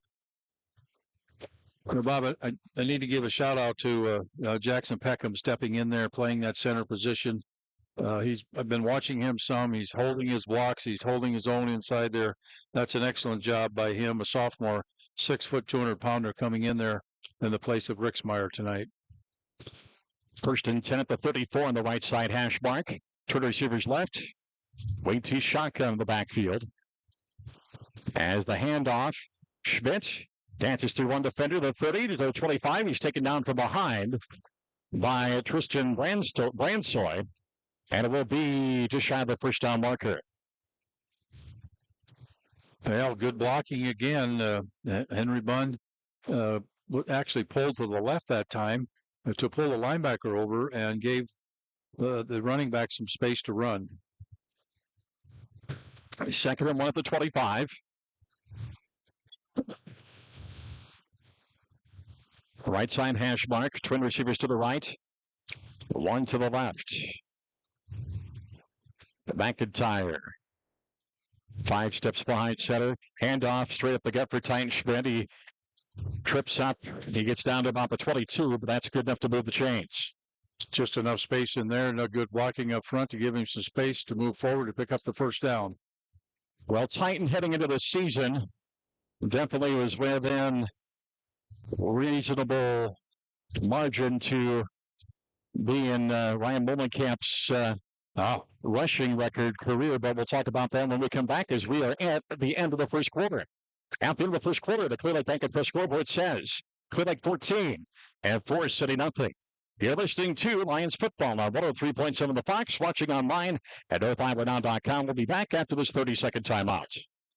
Waste Removal is a proud supporter of Clear Lake High School activities, serving Clear Lake, Mason City, and the greater North Central Iowa area. For residential, commercial, and roll-off services, contact your responsive and dependable, locally owned and operated waste collection provider, is Absolute Waste. This is Stacy Dunn, President and CEO of the Clear Lake Area Chamber of Commerce. We are proud supporters of Clear Lake Lions Athletics and champions for local business. Discover all Clear Lake has to offer and stay connected with what's happening in Clear Lake at clearlakeiowa.com. Go Lions. Come back out to Lions Field with Dave Fritz. Bob Fisher here with you. 1 quarter in the books in the 2024 season. And the Clear Lake Bank and Trust scoreboard says Clear Lake 14 and Forest City nothing. And we head to the second quarter. The Lions outgained Forest City 157 to nothing. David. Wow. Defensively, Forest City is just not able to get anything going at all. They've had a couple of miscue passes. Defensively, the Clear Lake Lions have just obviously dominated up front. So the Lions will go from right to left now. Of course, in our pregame, we have the fire truck down. They hoisted the flag up. There's an issue with the flagpole. I understand here that they were going to put up a new flagpole, and I guess it didn't come in. Didn't get up. I think the specs were incorrect on it. Oh, okay. So here we go. 1st and 10 at the 22. Right side hash mark, twin receivers to the left. And the shotgun wing tee. Fake handoff to Schmidt. McIntyre tries to go to his left. He's going to take it down the backfield. And is in there quickly Tristan Brandsoy, as well as the free safety, Peter Wilson. Well, they had a blitz on. The safety come charging in there. The fake to Titan Schmidt going off to the right side didn't fool anybody with that blitz coming. And McIntyre just had nowhere to go. back to the 28-yard line, so a loss of 5.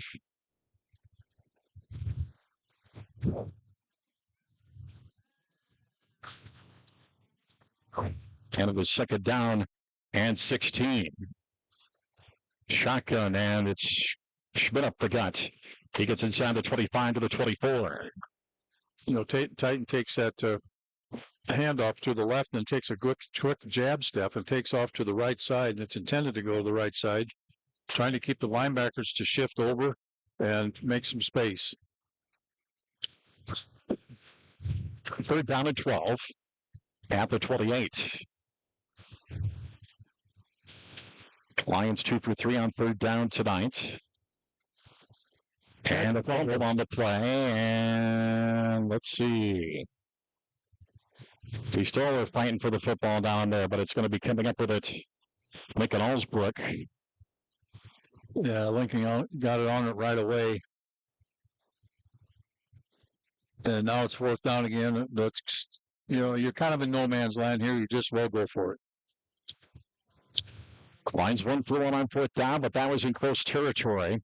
This is 4th and 14 at the 26. Triple receivers to the left and one to the right. Empty backfield here for McIntyre. Steps back to pass.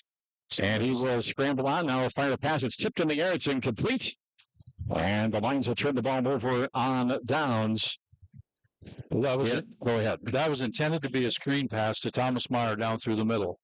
On those screen passes, you do have to make a little bump on the defender that's coming across. But man, the Forest City just came charging across there so quickly that McIntyre just did not have time to get the ball to Meyer in the middle there on that screen. So it'll be 1st and 10 at the 26. Lions turn the ball over on downs. 14-0 Clear Lake. With 10:02 to go here in the first half of play on the Clear Lake Bank and Trust scoreboard. Well, Coach said that they were going to have some different defenses here. I see number 64, Houston Paul, in there at one of those guard positions. So here at 1st and 10, the handoff on the left side. James Hagan gets a yard, maybe off the left side, the right side rather.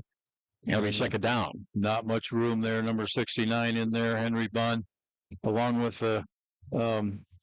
Dontrell Johnson. There just was no place to go. Henry was just not going to be moved out of the way. Second down and 9 at the 27 on the right side hash mark with 9:35 to go here in the first half. The Seals Hall halftime show coming up at halftime. And, of course, after the game, the MBT Bank Player of the Game. MBT Bank sponsoring that as well once again for us. Ty Dilleville, whistles and penalty flags. Procedure. Dead ball. False start. White. 5-yard penalty. Still second down.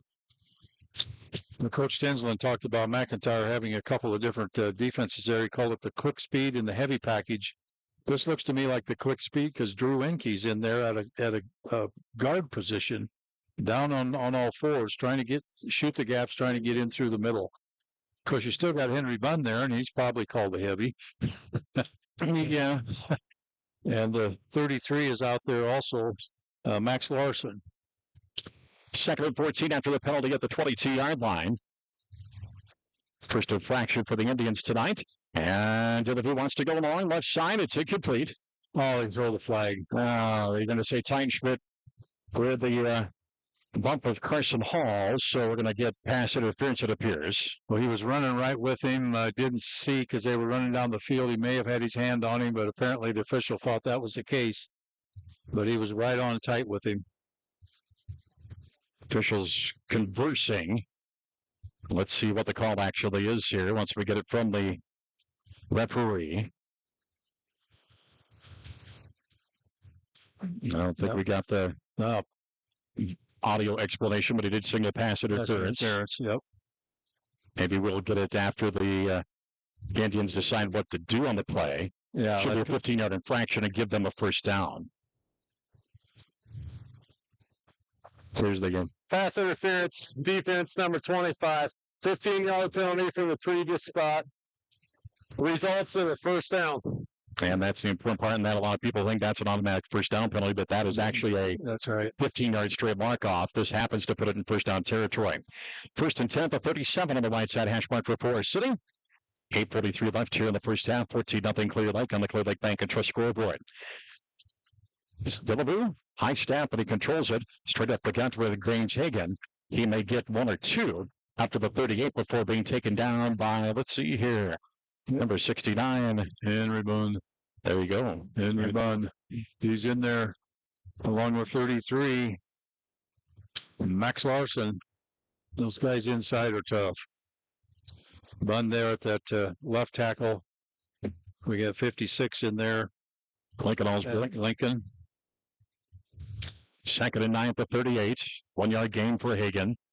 Shotgun. Back split in the backfield. 2 wides out to the left.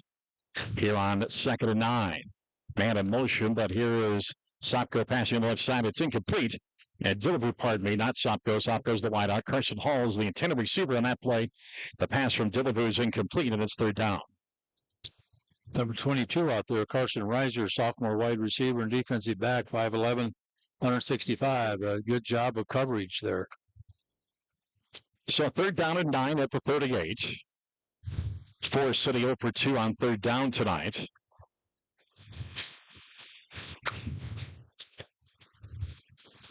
So we'll see what the Indians do here with wideouts to each side. Tight end on both sides of the line, it appears. I with a shotgun for the quarterback. I was put out to the left side here on third down. Flags fly. And the delivery moves to his left. He pitches it downfield. And it is got a penalty. It is complete to Carson Hall at about the 43 in line territory. We're going to have a legal formation, which is exactly the call. Yep. So obviously that will negate the play. So his flags are thrown right at the snap. So that's a legal formation type call every time almost. Yep. And obviously the Lions are going to move it back 5 to the 33-yard line. Yes, with the illegal formation, white, 5 in the backfield. Repeat, third down. So it's 3rd and 14, back at the 33. The Indians have another opportunity here. Perfect night out. Oh, absolutely. At Lions Field. Man, it's just beautiful. The sun's setting. You can see it reflecting off the trees there in the elevator. Beautiful night for football. 73 degrees at game time. A light northwesterly breeze. Here's 3rd and 14 at the 33. Twins out to the left. Single set in the backfield, the shotgun. Dillaboo looks to his left, scrambles on us in traffic. He fires a pass. It is tipped away. Incomplete. As getting his hand in there to tip it away was Carson Reiser. Carson Reiser. They went at him 3 different times now. One was a penalty. One time, and this time he was able to just get his hand up and knock that pass down. Excellent job. So the Indians, after the drive here, set up for punt formation. Dillaboo here on 4th and 14 at his 33, back at his own 21. Snap on. He kicks it away. End over end with the football. Bounces at the 36. And the Lions are going to get away from it. It's going to roll to the 30. And to the 27 it appears. And that's where the Lions will have it first down and 10. With 7:28 to go here in the first half of play. And the Clear Lake Bank and Trust scoreboard says Clear Lake 14 and Forest City nothing. 40-yard punt, no return. As well, again, the defense stepped up there. They did complete a pass where there was a penalty. But other than that, the Forest City Indians just have not been able to get any offense going at all against that tough defense. First and 10 at the 27. Lions playing wing to shotgun again here with 2 eyes to the right. Handoff to Schmidt off the left side of the line. Turns back in. He's up to the 40. He's taken down the 42-yard line. That'll be another first down at 10 for Clear Lake as he's taken down from behind by Peter Wilson. Just tremendous blocking up front. Those guys up front, Lincoln Allsbrook, Henry Bunn, Landon Lewerke, Blake Durlow, they're just dominating that line, giving Titan a chance to just come across the line of scrimmage and get past the linebackers. First and 10 at the 43. Twin out to the right. Twin receivers out to the right. Wing T shotgun. Dodge left on the line. Here's Schmidt through the middle again. Here's off to the left 50. He drags a defender to the 47. That'll be first down at 10 there as the Lions are close to moving to the chains. Let's get the mark. A little bit short. At that time, Titan was actually hit at the line of scrimmage, and he just kind of gave him the limp leg and got right out of it to move downfield. Gain of 9 to the Forest City 48. And it's second down and 1. Turn receivers out to the left on the left side hash mark. Wing T with on the line Max Larson in the wing spot as Dodge is going to get the handoff up the right side. He goes 30. That's where he's taken down. First down and 10 for Clear Lake. Sam just did a good job there, just waiting for the blockers to get out in front of him. That pulling guard from the left just hesitated a little bit, and as soon as he saw the space, just turned it upfield. First and 10, Clear Lake at the 40. We wind down toward the halfway mark of quarter number 1. It's been a good first half here for the Lions. First and 10 at the 40. 14-0, Clear Lake with the lead on the Clear Lake Bank and Trust scoreboard. Wing T shotgun, twins on to the left here on first and 10. Middle of the field, 40-yard line, Forest City territory. Long count by McIntyre. And a quick swing out to the left is complete. 40 and 39-yard line as Theobald, I'm going to call it a forward pass at least. Yeah, it was. Second down and 9. Now, actually, take that back. It's going to be right back at the line of scrimmage. Yeah, just not a lot of room to space to run there for Theobald. The second and 10 at the 40, just inside the 40. Twin receivers out to the left. And the running back behind McIntyre, pistol formation. Here's Dodge through the middle, breaks through 3 tackles. And now 4, and he's kicking down at the 20-yard line, a good 20-yard gain. And it's first down at 10 for Clear Lake. Interesting little twist on that. Max Larson was lined up there at the wingback, and he came in and led up through the hole to give Sam Dodge some room to run. Clock rolls with 5:15 to go here in the half. 14-0 Clear Lake. Twin receivers on to the left, one to the right. Pistol formation. McIntyre with Schmidt behind him. Here on first and 10. Schmidt straight up the gut. 15. Turns to his right to the 10. Tries to go toward the pylon at 5. Touchdown. Clear Lake Lions. They just keep pounding that same basic play. They're going inside, waiting for the linemen to do their job. Turn the speed on by Titan and move it upfield. Move to the outside, in for the touchdown. Just solid execution football. 6 plays and 73 yards in 2 minutes and 29 seconds. Schmidt with a 20-yard run, rather. And Ross on to try the extra point here. McIntyre's the holder on this extra point.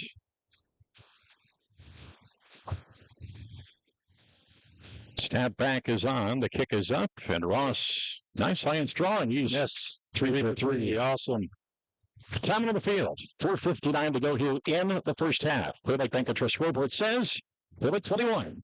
They're Forest City nothing. Back in 30 seconds here on 103.7 The Fox. The CLTEL fiber optic network delivers reliable, high-quality internet speeds that are perfect for streaming Clear Lake Lions sports. More than just an internet provider, CLTEL is a committed community partner invested in local initiatives and the go-to choice for North Iowa. Clear Lake Bank and Trust is ready and waiting to help you build a better financial future. Visit clearlakebank.com today and be happier with your bank. Clear Lake Bank and Trust. Local ownership, local decision-making, and community reinvestment since 1934. Member FDIC, Equal Housing Lender. Back we come to Clear Lake. And as the Lions with a 21-0 lead on Forest City in this opening game of the season. 75th straight year that these two teams have met. And then the district there, as we talked about with both coaches, that is a almost unheard of thing. It is. And the state, especially with the districts and the way they realign, it's a tremendous rivalry. Line drive taken at the 8-yard line and cutting across field to the 20, to the 25, and to the 27-yard line. Colin Thompson on the return. It'll be first and 10 from there.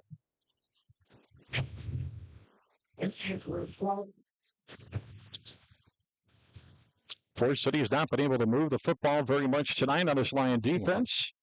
And another opportunity for them to move along here.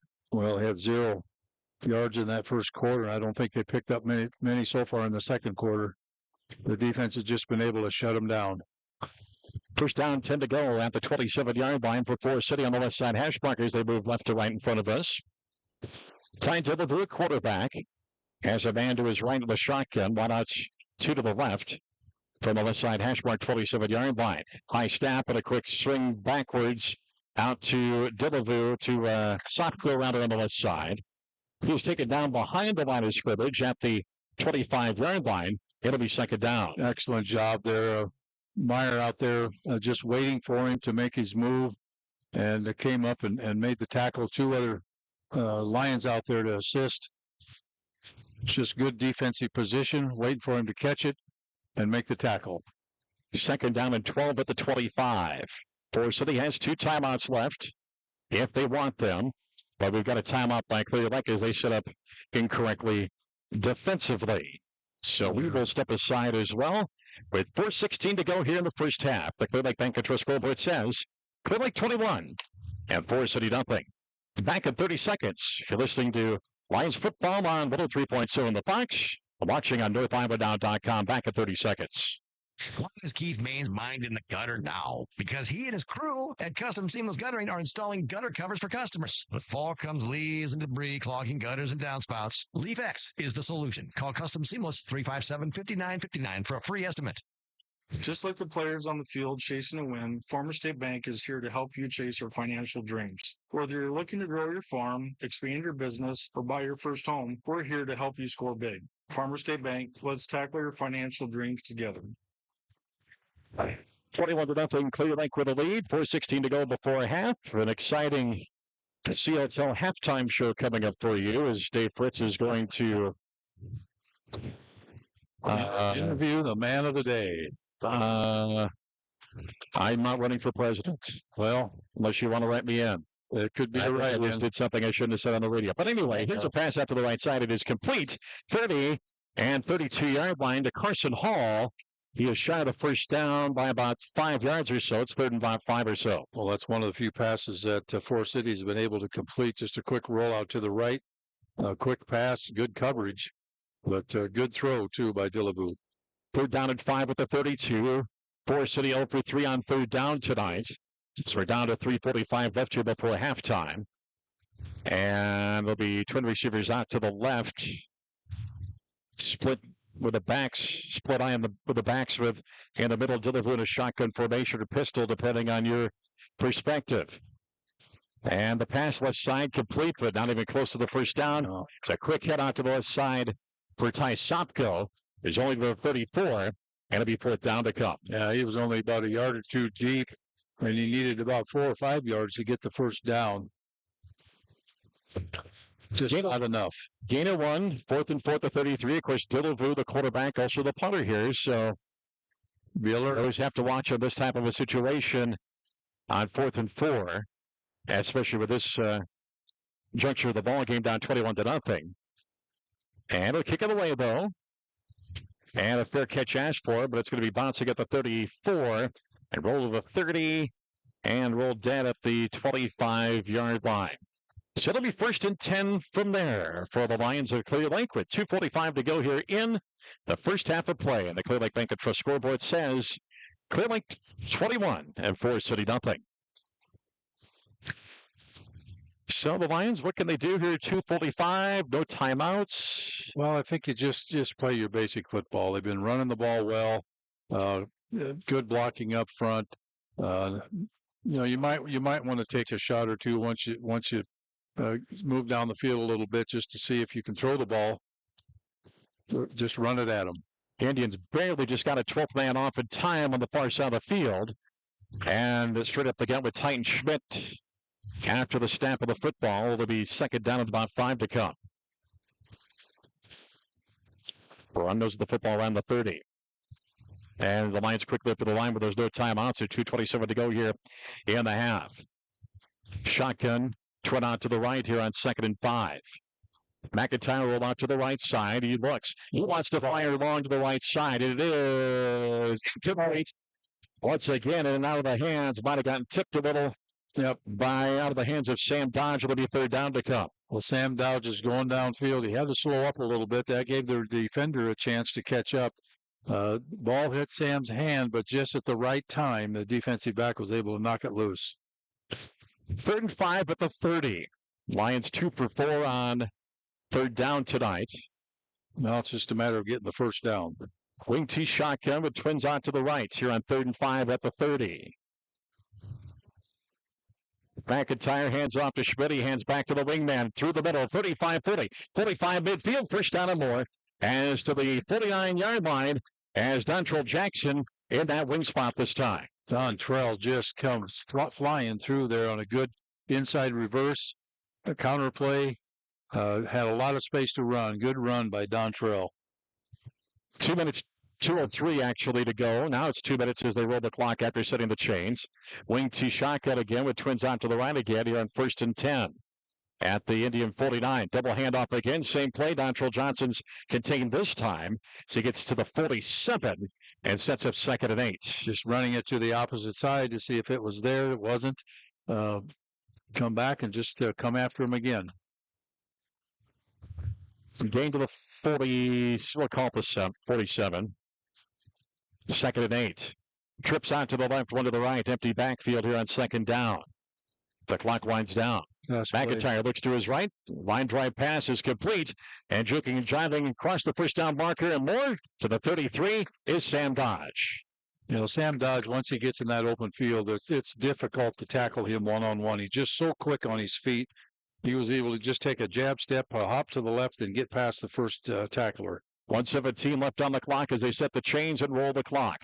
Twin receivers on to the left. Wing T shotgun. From the right side hash mark, double handoff Dodge. He got contained this time. He's back at the 34 as the Lions have to hurry up just a little bit. They've got plenty of time here on the 2nd downs situation as they huddle up quickly. Trips to the left, one to the right. Empty backfield for McIntyre here at 2nd and 11 at the 34 as we wind up a minute left here in the first half. McIntyre takes the snap. And he fakes it. He'll take it himself. He goes to the 30. He turns to the right side. 25 gets a block. 40. 15 knocked down on the bounds. Yes. At the 15-yard line. And hopefully that is an out-of-bounds indication on the out-of-bounds, toward the out-of-bounds play. Yeah, McIntyre's good coverage there defensively by the Indians. He saw some space to the right side and just took off downfield. 1st and 10 at the right side, hash mark 15. Trips to the left and one to the right. Empty backfield for McIntyre with 43.6 seconds to go here before intermission. McIntyre looks to the sideline, gets the call, takes the snap. He looks to his left. He'll take it himself again, straight through the middle. Jukes and drives to the 10, tripped up at the 7. They're hustling. 30 seconds left. They want to get at least one more play in here. 2nd and 3 at the 8. Down to 30 seconds left here in the first half. Schmidt lined up behind McIntyre in the pistol. As they hand off to Schmidt, straight through the gut to the 5. He chops the feet to the 3. We've got a whistle and a timeout to set the chains. That'll give the Lions enough time to set a play here quick. It's 1st and goal at the 3. McIntyre behind center. He'll spike the football and stop the clock with 15.7 seconds to go here in quarter number 2. Just a very excellent drive here. McIntyre making some good decisions. Saw that there wasn't anybody open downfield and took off and got out of bounds. Then trying to get the Schmidt loose up front. Good run, catch and run by Sam Dodge. This is a good offensive series. Well, do you go pass here or do you go run? That's the question. With 15.7 seconds to go here, it's 2nd down and goal from the 3. I throw it. Shotgun. Well, here's a pitch and a sweep off the left side. Zone left side. Touchdown, Clear Lake Lions for Sam Dodge. And you got confidence in your line. I guess you just give it to Sam Dodge on that off the wing, coming across, cut off tackle. Henry Bunn making the block, go into the end zone. Boy, that was just a beautiful drive by the Clear Lake Lions. 11 plays and 75 yards. Sam Dodge from 3 yards out on the touchdown. 27-0 on the Clear Lake Bank and Trust scoreboard with 12 seconds to go here before halftime. Aiden Ross trying to kick his 4th straight extra point. Lines are down. The snap back. The kick is up. High, strong, and good through the uprights. Take a quick time out on the field with 12 seconds to go here before halftime. The Clear Lake Bank and Trust scoreboard says Clear Lake 28 and Forest City nothing. Back at 30 seconds here on 103.7 The Fox. Glenn's Tire in Clear Lake has been locally owned and operated since 1992. Known for their honesty and integrity, you can trust their experienced staff with all of your vehicle maintenance and repairs, including alignments, brakes, oil changes, tires, and more. Glenn's Tire on Highway 18, Clear Lake. Go Lions! MBT Bank in Clear Lake is proud to support our Lions on the field, the court, in the auditorium, and in all activities throughout the year. Come see us at our new location on Highway 18, just south of Lions Field. Go Lions from MBT Bank in Clear Lake. Back we come to Lions Field with Harry Osping, the Lions back at our Koloff Media Studios in downtown Basin City with Dave Fritz, Bob Fisher here with you. Lions with a beautiful 11-play 75-yard drive to make it 28-0. Clear Lake leading Forest City.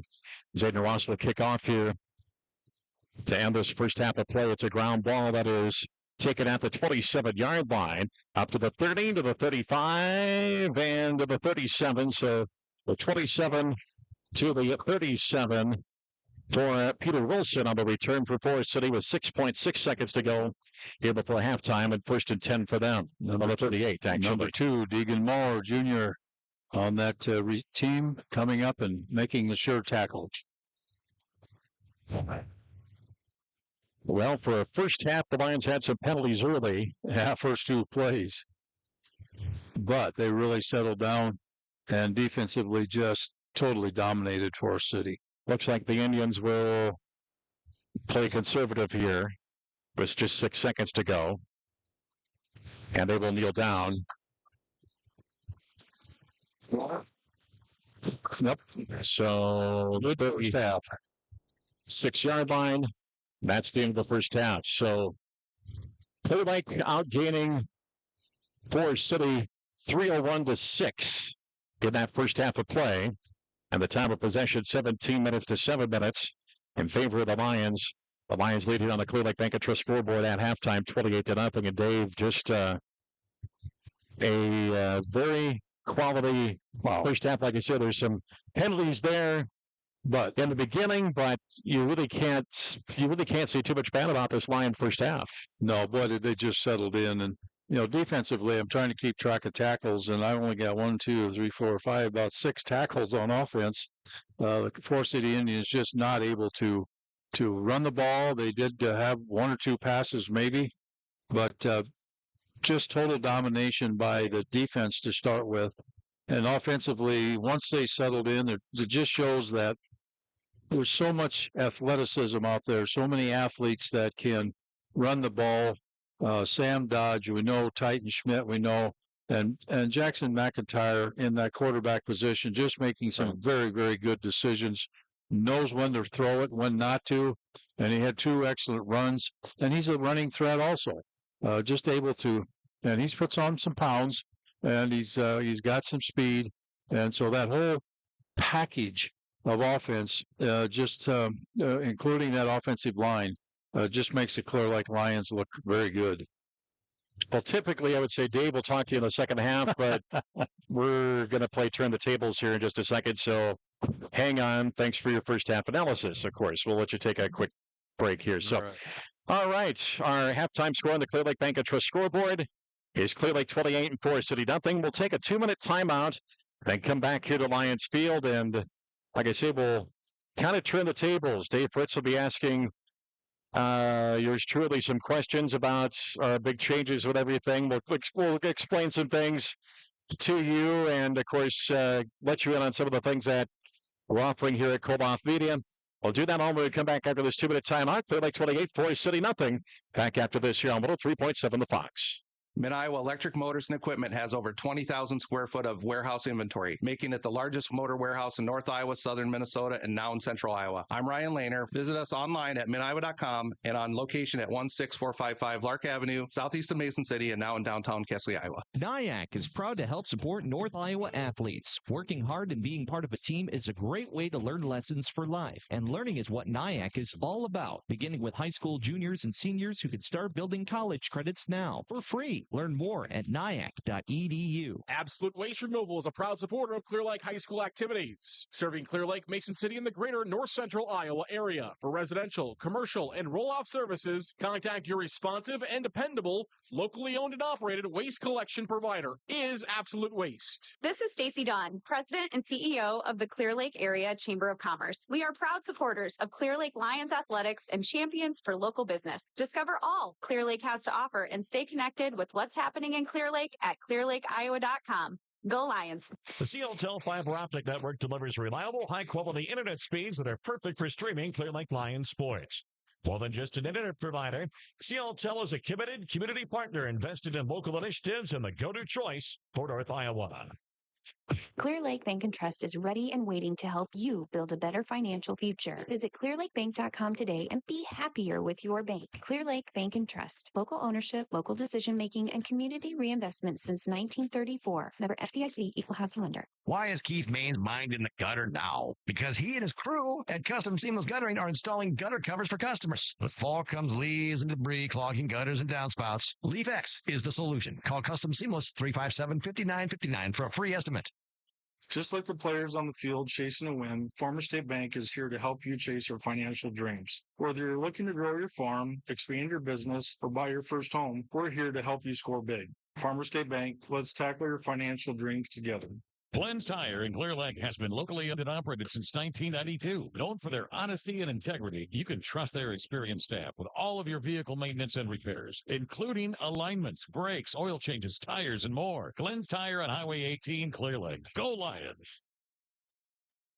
And we come back here to Lions Field. Our halftime score on the Clear Lake Bank and Trust scoreboard. Clear Lake 28-4, City nothing. The Clear Lake CLTEL halftime show brought to you by the good folks at CLTEL, a great part of our community for many, many years here in Clear Lake, and we thank them for being our sponsor of our halftime show. In fact, a lot of great sponsors that are with us that have come over from the other place. I'm not meaning the other place that's right down the street, the restaurant. No, I'm meaning the other. As I'm referring to it, I'm Van Harden at WHO. Used to refer to his old radio station when he was talking at WHO. He worked someplace else before in Des Moines. Yeah. He always referred to them as Brand X. Brand X. So I'm going to steal from Van Harden for a bit if you ask any of those questions. We'll call Brand X. So we're glad that those sponsors that were at Brand X or the old place that's different than the other place. Yep. But we're glad that a lot of those sponsors came along. And Dave, the idea was presented to me that maybe I made a presentation to Clear Lake News Lion Club earlier this month, and I told somebody that, and that person's like, Dave should interview you at halftime, and then you can get everybody, because everybody's asking questions. Everybody's they are. This, that, and the other thing, and it's like, this is probably not a bad idea. Well, let's just go back. You're taking over now. So. I got a few questions. Okay. Let's just go back to about... I'm not running for president. Okay. First of all, let's get that clear. Yeah. Back about, 3 months ago, and you have been news director, sports director, the voice of the Clear Lake Lions for years. Can you talk a little bit about that day that you found out that you were no longer employed? Well... 2 weeks prior to that happening, there was another group of radio stations in the group that I was formerly employed by that they had basically done the same thing that happened here. And that probably set off a red flag at that point. Okay. That something probably was in the works. Didn't know it when. Right. So we just all had to speculate. When our general manager set up meetings with us individually on for a certain Tuesday, we kind of figured that was the beginning of the end. And it was. We had individual meetings, and I want to preface things by saying this right now. Nobody locally in the building of our now competitors in this market, nobody in those offices had anything to do with this decision. So please treat them with respect. They are continuing to try to do their jobs. They're like there are many people over there that are still like friends and family to me. So I would say that in trying to be as nice as possible to that. Once again, it's everybody local. It's somebody up the corporate ladder, and it is what it is. They cut people here. They cut people in the Grinnell Newton stations, up in Albert Lee in Austin, in Mankato, and someplace in South Dakota. And they continue to do this through the company. The whole time I've been more mad about that company deciding that local radio in small markets is maybe not necessarily the direction to go. Now, the now competing stations, they are continuing to do Newman football, and Mark Dornkamp is doing that, my good friend. That's fine. That's great. I'm glad he's able to do that. Right. But obviously, from the news side of things, that element is gone. We will be getting that started on the station and 98.7 Kiss Country here in the very near future with our news product. It may not be next week. It may be, and we're not going to talk about the circumstances behind that, but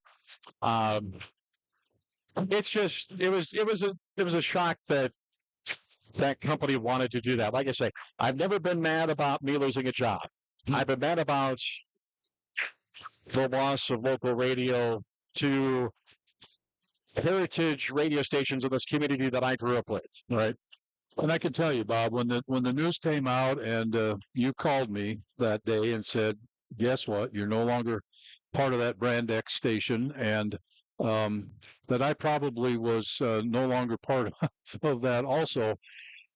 As I talked with the Lions and other people in my friend community, they all understood that it's a corporate decision. Yes. And I think that was probably the biggest negative of the whole thing. This corporate decision, and we know that this former place has a lot of stations. They're across the country, and what they've gone to is a format kind of a thing, digital, whatever. The second part that a lot of people were upset most about was losing the local coverage, not just sports, but news. Ask the mayor, all of the things that you did with city councils, with the downtown, the interviewing people, and all those meetings and things that you brought to the forefront for people in this area, it's gone. Nobody else is doing it. And that's the part that really upset me. It's been gone for 3 months. Yep. It's coming back soon. Yep. And I also want to say that company is, privately owned. Mm-hmm. They have every right to run their radio stations like they want from a corporate level. Koloff Media is a great local group. Of course, Jim Koloff, our current general manager and everything. And, this company started by Tony Koloff grew up in Mason City. He worked when he was growing up in his first couple of gigs in Mason City radio stations. He and his wife, Sue, started KIOW in Forest City. Right. They've grown that. The company has grown to these, our stations in Mason City with the Fox and Kiss Country, KIOW and their sister station that's licensed to Brit, B103. The Charles City stations, KCHA and 95.1 The Bull. And then, of course, they have Manchester, which they've had for a long time. And now they just bought the stations in Maquoketa. These are people that grew up here locally. They know what people want locally. They've heard the backlash as well that you've talked about from the community on losing those important products. And we know the media landscape around here has changed immensely in the last 5 or 6 years. I really don't want to go into naming and naming and saying, because there's good folks and good people that I know at those entities too that I don't want them to misinterpret my comments. But there's definitely was I kind of wondered what the response would be. Then you seeing the backlash on Facebook that next day, that next day, and that rest of that week. Yep. Then I knew that I was, that those products are really needed in the community. One thing that was a continuous theme of people that I talked to was the award-winning Bob Fisher. All the awards that you've won over the years, from Radio Iowa Broadcasting for your sports, for your news, your special events, your coverage of everything that you do. The bottom line was, most people said, somebody's going to grab him. Somebody is going to gain a tremendous talent and a tremendous opportunity, and it was just a matter of time. And you kept me up to date with that, saying, "Don't say anything yet," but and I just knew that something was going. Well, I'm with into the process experience that you had. Now, Koloff Media came to me 3 years ago and asked me to join their team, and everybody at the other place that I worked knew that. Yep. I shared that with them. I told Jim Koloff at the time, I said, I know a lot of people that work for your radio stations. I'm good friends with many of your employees that work for your radio stations. I know you run a great company. Mm-hmm. There was just that loyalty thing that I wanted to continue. Sure. I was comfortable with the job. I said, if there's ever an opportunity that comes up in the future, I'll be more than happy to come work for you. There you go. And they were notified within minutes of when I did not have a job. So I'm sure that's true. I did have a couple of other opportunities that I won't go into, just because obviously those people are supportive of me taking this job as well. So they are real believers in what Koloff Media wants to do here in this Mason City, Clear Lake, North Iowa market with their radio stations too. So, well, we know that you have a tremendous reputation, and you'll continue that tremendous coverage. In fact, right here in our booth is Iowa Public Television. Iowa PBS, you bet. Iowa PBS. They are doing a special on Bob Fisher. The awards, the accolades, the local coverage that he does. It's just exciting to see that. Talking to them, something's going to happen in the spring. Right. But this is just a tremendous opportunity for them to showcase your skills and your abilities to keep things local and keep everything local and keep us up to date as to what's going on in North Iowa. And the original story idea, which was brought up before I got, let go across town, they want to do a story about small town radio stations, how important they are to communities like this. And this is turned out to be more of a interesting story now because of this job change, I guess, and everything else that is going on. But it'll be fun to see the final product. They're going to come back in a week or two, and we're going to focus on the news side of things. We're focusing on the sports side of things tonight. So, yeah, excellent. Well, that's going to be a great tribute to you, and we know that the public television does a tremendous job of covering local. Yes. During the fair, it's a highlight of the night to watch the fair and all of the kinds of things that they do cover, and the support that the communities in the state of Iowa give to public television, I think, is tremendous. Absolutely. And it's going to be an excellent, we'll all look forward to it. And certainly we'll let people know when that happens in the future. You bet. So, Dave, thanks a lot. Great in your first halftime interview. Maybe this means that you need to do the halftime interviews from now on. Well, we'll see. All right. Anyway. That's our CLTEL halftime show, brought to you by the good folks at CLTEL here in Clear Lake. When we come back, it's the third quarter of action. Clear Lake Bank and Trust scoreboard says Clear Lake 28 and Forest City nothing. Back in 90 seconds here on 103.7 The Fox, NorthIowaNow.com. MBT Bank in Clear Lake is proud to support our Lions on the field, the court, in the auditorium, and in all activities throughout the year. Come see us at our new location on Highway 18, just south of Lions Field. Go Lions from MBT Bank in Clear Lake.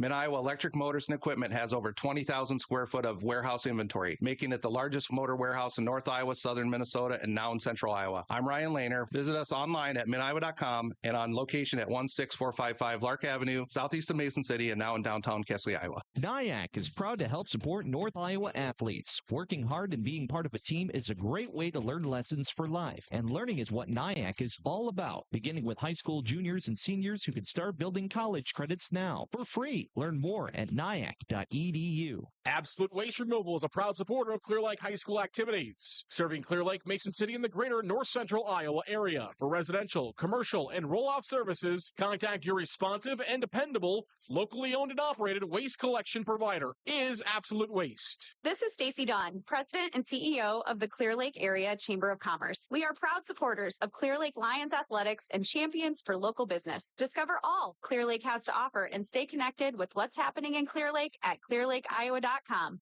Go Lions. The CLTEL fiber optic network delivers reliable, high-quality internet speeds that are perfect for streaming Clear Lake Lions sports. More than just an internet provider, CLTEL is a committed community partner invested in local initiatives and the go-to choice for North Iowa.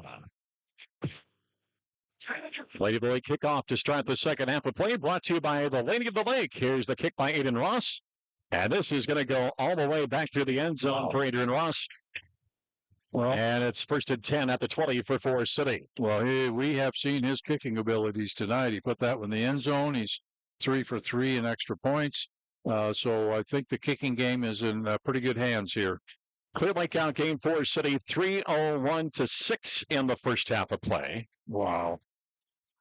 245 of those yards on the ground. 1st and 10 for Forest City from the 20-yard line.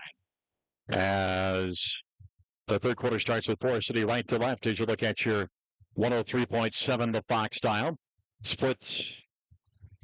Actually, it's a straight up line in the backfield, pardon me, with Wyandotte Street side. And here's the handoff. They punch the fullback out of his side. And a couple of yard gain for, who is the fullback? They didn't have one listed in the starters tonight. Number 40 is Lucas Carney. Yes. And he gains to the 23, second down at 7 for the Indians. Split eye in the backfield with a shotgun. Wyandotte Street side here at 2nd and 7. And back to pass. And a quick swing out is complete to the 20. And a nice tackle on the ankle by Dontrell Johnson on the reception by James Hagan. And that'll be 3rd down to come. Excellent job out there. Good coverage. You know, Forest City, I'm sure it was a tough halftime talk for them. You just have to build confidence in your kids. Come out and just, they ran a dive play, run a little swing play. Just come out and run your offense. Execute the plays as best you possibly can and see what happens. 3rd and 6 at the 24. The Indians 0 for 4 on 3rd down tonight. Out of the eye. And they will fake the handoff. Delavu scrambles to his left. He throws one. It's incomplete. Way off the mark. Intended for Ty Sopko on the left side. 3 and out for the Indian. Blake Enke on excellent coverage there. Luke Fearman also. Just very good coverage. Good pursuit. Good pressure up front. Just not a lot of time to set and throw the football. Delavu 4 punts for an average of 40.5 yards tonight. 4th and 6 at the 24. And he'll punt away.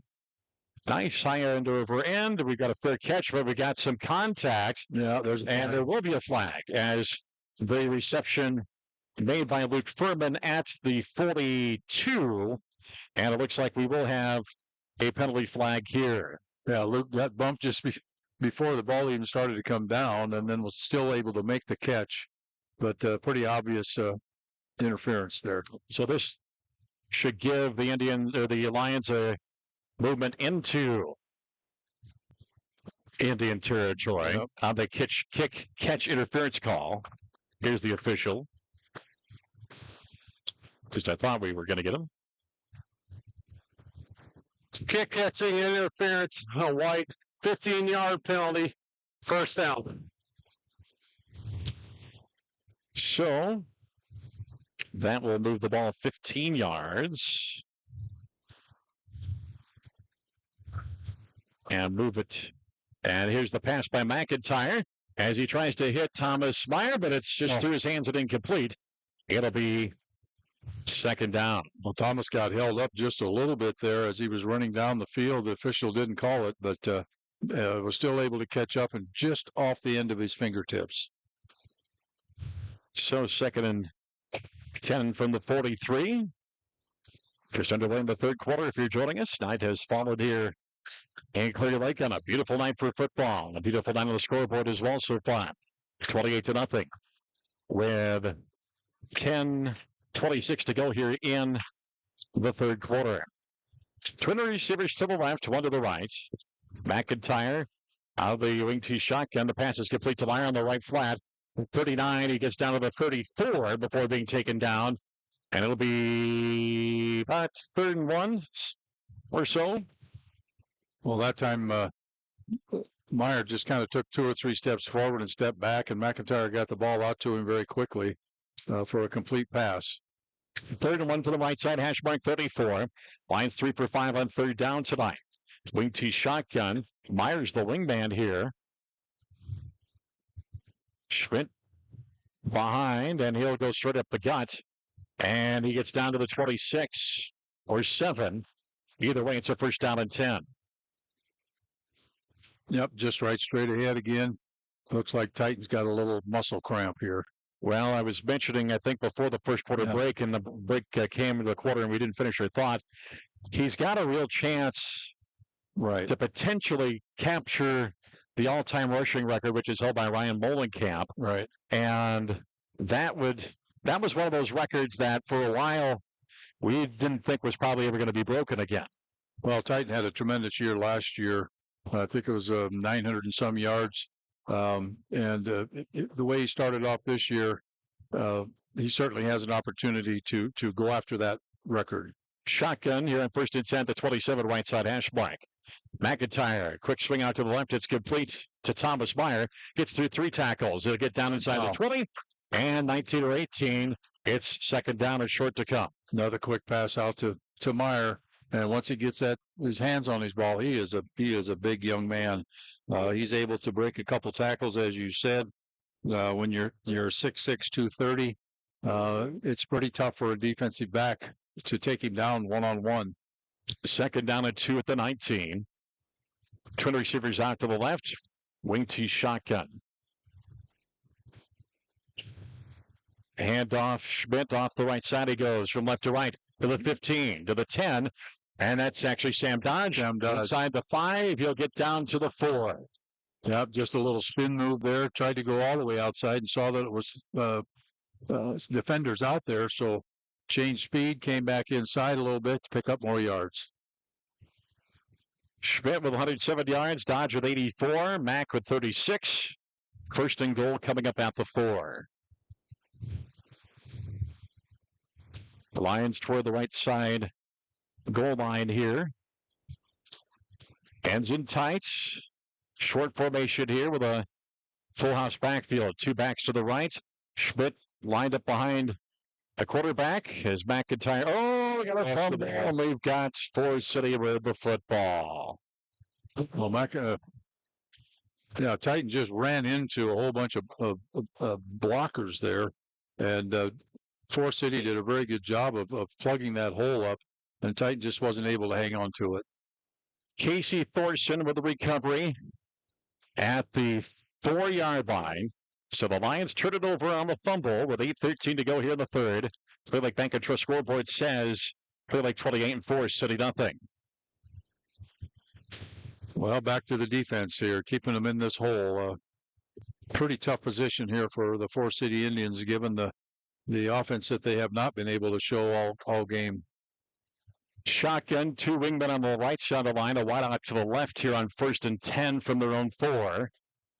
Running back in motion, he'll get the handoff and go up the gut, and he gets up to the 9 for James Hagan. A little counteraction there, trying to get the linebackers to move, and was able to pick up a few yards anyway. 2nd and 5 at the 9. Indians trying to get their backs away from the back door here as they'll send a wide out, far out to the right. That's Carson Hall. Shotgun with a man in the backfield, two wingmen on the left, and now the running back, a pitch out to him, and he will try to turn back in. He'll get up to the 13-yard line. Hagan again, I believe, take that back. It is the second running back here, Peter Wilson, and that will set up 3rd and 1. Dontel Johnson in there on the initial hit with help from a bunch of other Lions. 3rd and 1 at the 13. Indians 0 for 5 on 3rd down tonight. Offset eye in the backfield. And then we'll hand off to the fullback who gets the first down. Up to the 17 for Lucas Carney. And a first down. That's the second first down of the game for Clear Lake. For Forest City, rather. Clear Lake has 20 on the night. Wow. Blake Inky there playing in that nose guard inside just so quick. He's able to get off into the hole and make that tackle. 1st and 10 at the 17. Single set in the backfield. Twins to the right. Wingman on the left side of the line. The pitch out.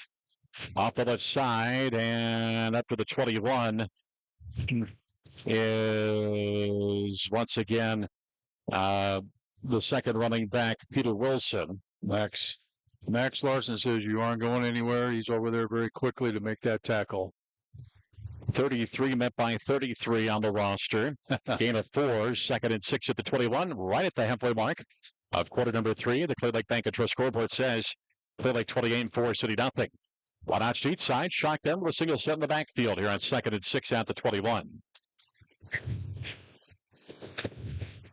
And pass on the shotgun, the handoff, and Peter Wilson meets 4 at least Lion tacklers, led by a host of Lions. 74, Tanner Nelson was in there initially, and as you said, 3 or 4 others to just sort of gang tackle him. Loss of 2 on the play. Do we have a flag? We have a conversation on the field. Oh, there must have been. Oh, I see it now in the Clear Lake huddle there. So, an interesting spot for a flag. Yeah, I don't know. Are they looking at the rule book? Well, goodness.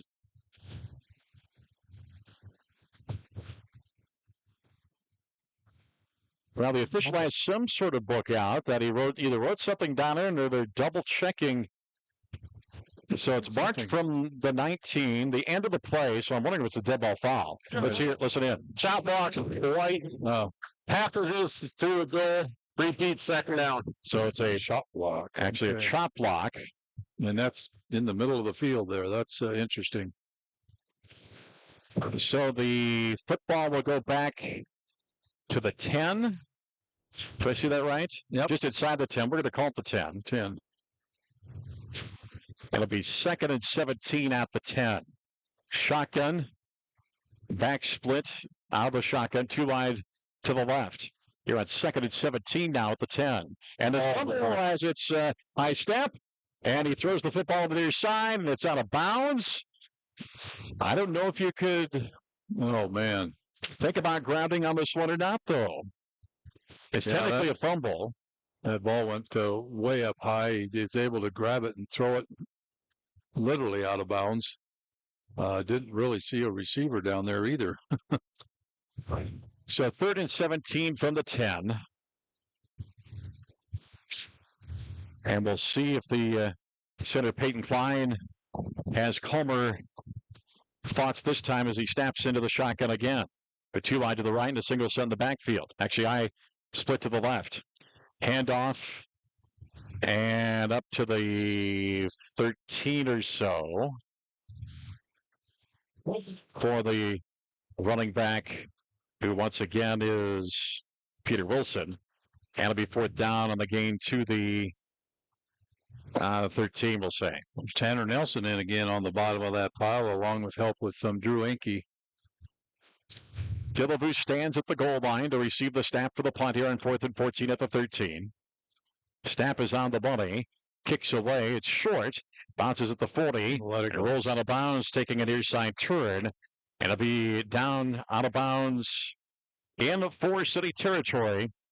Marked at the 46-yard line. With 4:44 to go here in the third quarter. Clear Lake Bank and Trust scoreboard says Clear Lake 28 and Forest City nothing. Going to have to give Coach Stenzel a bad time on that one. He tried to handle that and he fumbled it. Right there on the sideline. Coach Densler's dad was, well, were you part of that group? No, you were probably part of the group that when we were coming back up from downstairs right before the game. Coach Densler's dad is here, and I guess he did some radio when Aaron was at Iowa Falls. So really? For KIFT down there. So, lines of the football. I didn't know that until right then either. McIntyre looks to pass. He'll step to the right side. 45. He's going to get dragged down at the 41. Has a nice takedown on the play by Peter Wilson with a tight waist on the takedown. Second down to come. You know, Coach Tyler Anderson for Forest City talked in the pregame that he did have he felt he had some speed in the defensive backs. And just watching that play, they were able to keep up with Titan and Sam Dodge going downfield. So, we got somebody down. So an injury for Clear Lake. Looks like a cramp, though. Yeah, on his leg. Question is whom? Can't see the number. And I think the officials are going to send them to the sidelines for a little break. Quick water timeout. Let's slip in a quick 30-second timeout. 4:13 left here in the third. Clear Lake Bank and Trust scoreboard 28-0. Clear Lake leads Forest City. Back at 30 seconds here on 103.7 The Fox. Clear Lake Bank and Trust is ready and waiting to help you build a better financial future. Visit clearlakebank.com today and be happier with your bank. Clear Lake Bank and Trust. Local ownership, local decision-making, and community reinvestment since 1934. Member FDIC, Equal Housing Lender. Why is Keith Main's mind in the gutter now? Because he and his crew at Custom Seamless Guttering are installing gutter covers for customers. With fall comes leaves and debris clogging gutters and downspouts. LeafX is the solution. Call Custom Seamless 357-5959 for a free estimate. Landon Milwaukee was the injured Lion. But he's up and walked off the field, so just a little slight cramp probably. Second down and 5 at the right side hash mark, 41 in Forest City territory. Wing T, shotgun, handoff Schmidt, lined up behind center, straight up the gut. 37-yard line. I think he's going to be shy by a yard. It'll be third down. Just straight ahead blocking. Blake Drullo out there leading the blocks, driving his man back, along with Jackson Peckham in the middle. That's sophomore at the center tonight. Third and 1 at the 37. Lions 4 for 6 on third down tonight. Twins are out to the left. And up the middle, Sam Dodge bounces off and rolls to his right. And he's going to get taken down right back at the line of scrimmage. So he's not able to find the hole on the right side. It'll be fourth down to come. Well, in fourth down situation, you're forced and short in that kind of dead man's area. Just well go for it.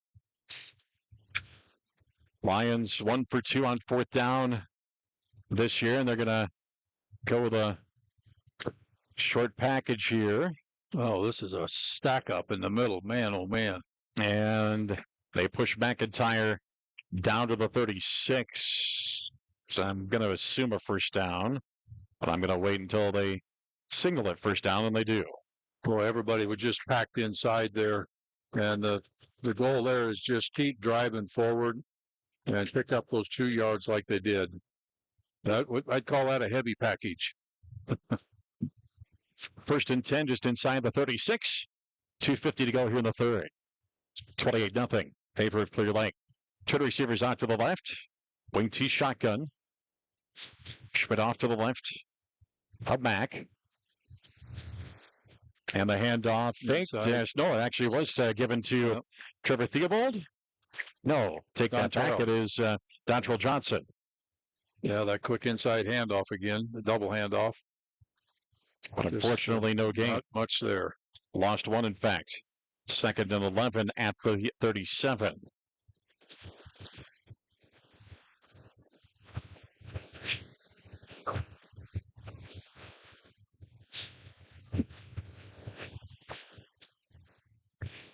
Second and 11 at the 37. And a pitch here's Johnson tries to sweep the left side, and he does. 35. He dives for the 32. No flag. So we'll see what the penalty flag is about here. Is spot of the football right now is at the 33, actually, but yeah, I think they've got a hold on Clear Lake. So that will negate the play. And once again, the rule that was implemented last year, any holding penalties behind the line of scrimmage, which this is, flags at the 40, the Lions are at the 37, is 10 yards from the line of scrimmage now. It used to be they marked it from behind, so if this would have been the old rules, this would have been like second and forever. Holding, number 60, Black. 10-yard penalty from previous spot. Repeat, second down. Coleman, who's in on the left tackle, replacing Lanley Lewerke after his injury, or after his cramping went off. He is guilty of the holding call, so they'll move it back to the 47. They mark at the 46. Okay. I'll take 9 yards on a penalty. There we go. A little water break here. We've got an injured Lion, and that is actually Dontrell Johnson? Yes, it is. Walking off on his own power, so hopefully that's a very good sign. Coming off the heat that we had the last few days, I doubt they did a whole lot of excessive work outside in that heat and high humidity. And then you come into the first ball game, and it's a whole lot different situation than practice. Put different emphasis on the legs, on the muscles, a little extra push and extra effort. You're bound to get a cramp once in a while. Second and 20 from the 46. Ends in tight. Actually, we got a wideouts to the left, too.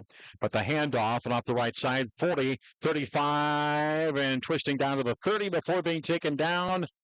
On the carry was... Who is it? Thomas Meyer? No. No? Who was it? 84?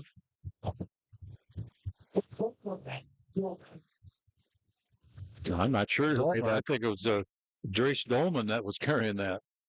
Okay, so a 31-yard line. There we go. 35, but here's the handoff, and on the right side is Tyson Schmidt to the 20, and down to the 17 he goes. Good stiff arm on the one tackler, was able to turn on some speed and pick up the first down. To the 18.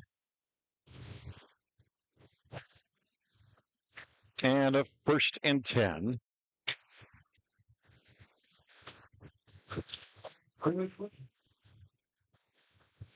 And it's the 22nd first down of the night for Clear Lake. Wow. Wing T shotgun, twins out to the left, to the handoff. Off the right side goes Tyson Schmidt. He gets twisted around out of bounds at about the 8, close to the first down. Defender got a hold of his jersey there and spun him around out of bounds. Just get so quick past that line of scrimmage to get into that secondary is Titan. They're going to call it second and short, it appears. 6 inches, maybe.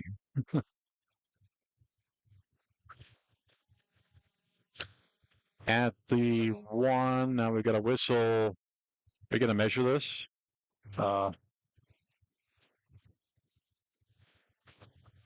Looks like they might. Yep. I think they should. Yeah, it's awfully close. So, look at those line markers here. You would assume that they're pretty straight with this absolutely beautiful field. Got an electronic down marker, line of scrimmage marker now as part of this chain crew. They stretch the change, and by the way, it is a first down. First down. We had a lot of people here for our class car show over the first weekend in August. And we heard so many comments about how beautiful Clear Lake is and talked to a lot of them about football. I said, if you want to see a fantastic football field, go down there and take a look. And several people said, wow, this is a beautiful facility for a school the size of Clear Lake. And I said, wait till you see the Wellness Center. First and goal at the 8. Handoff fake. McIntyre is going to pass, and he gets sacked. Oh, boy. Back at the 15-yard line is hopping in there very quickly with the Indians through the line. Man, they came through there very quick. He said to get back into McIntyre. Luckily, he was able to recover that ball. 15-yard line, loss of 7. Makes it 2nd and goal from the 15 on the right side hash mark. Turn receivers out to the left. Wing T shotgun. As McIntyre takes the snap, fakes the handoff, fires through the middle. It's complete to Meyer. He slants off to the left side. 15-10. He slips through now. Touchdown, Clear Lake Lions. 1, 2, 3 guys tried to tackle him, and he just turned the speed on those big, long legs and the strength.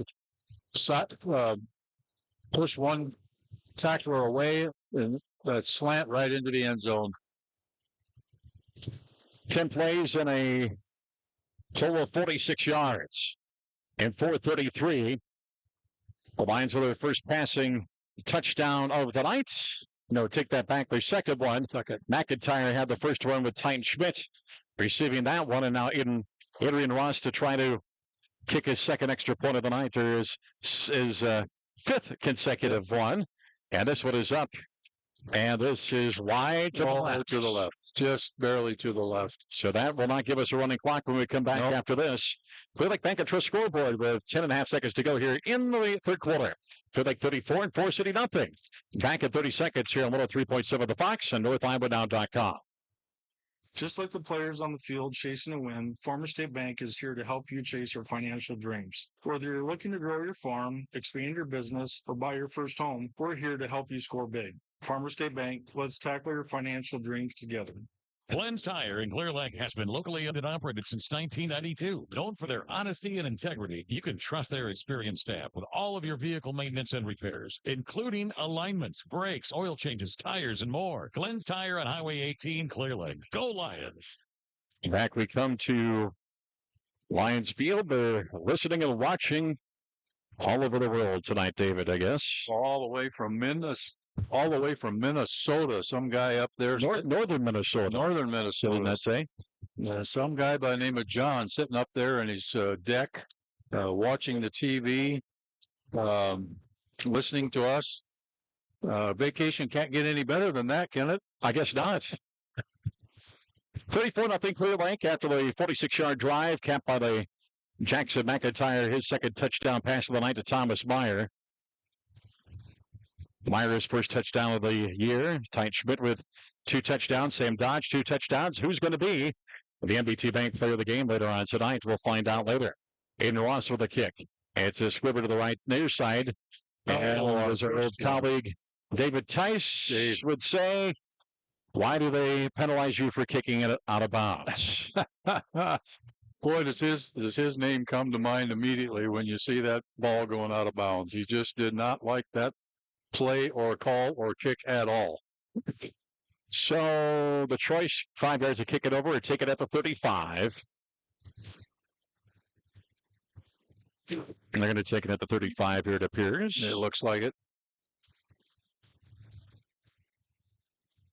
So 11 seconds to go here in the third quarter. Illegal procedure, black. First down on the 35. Well, we got to hit the button.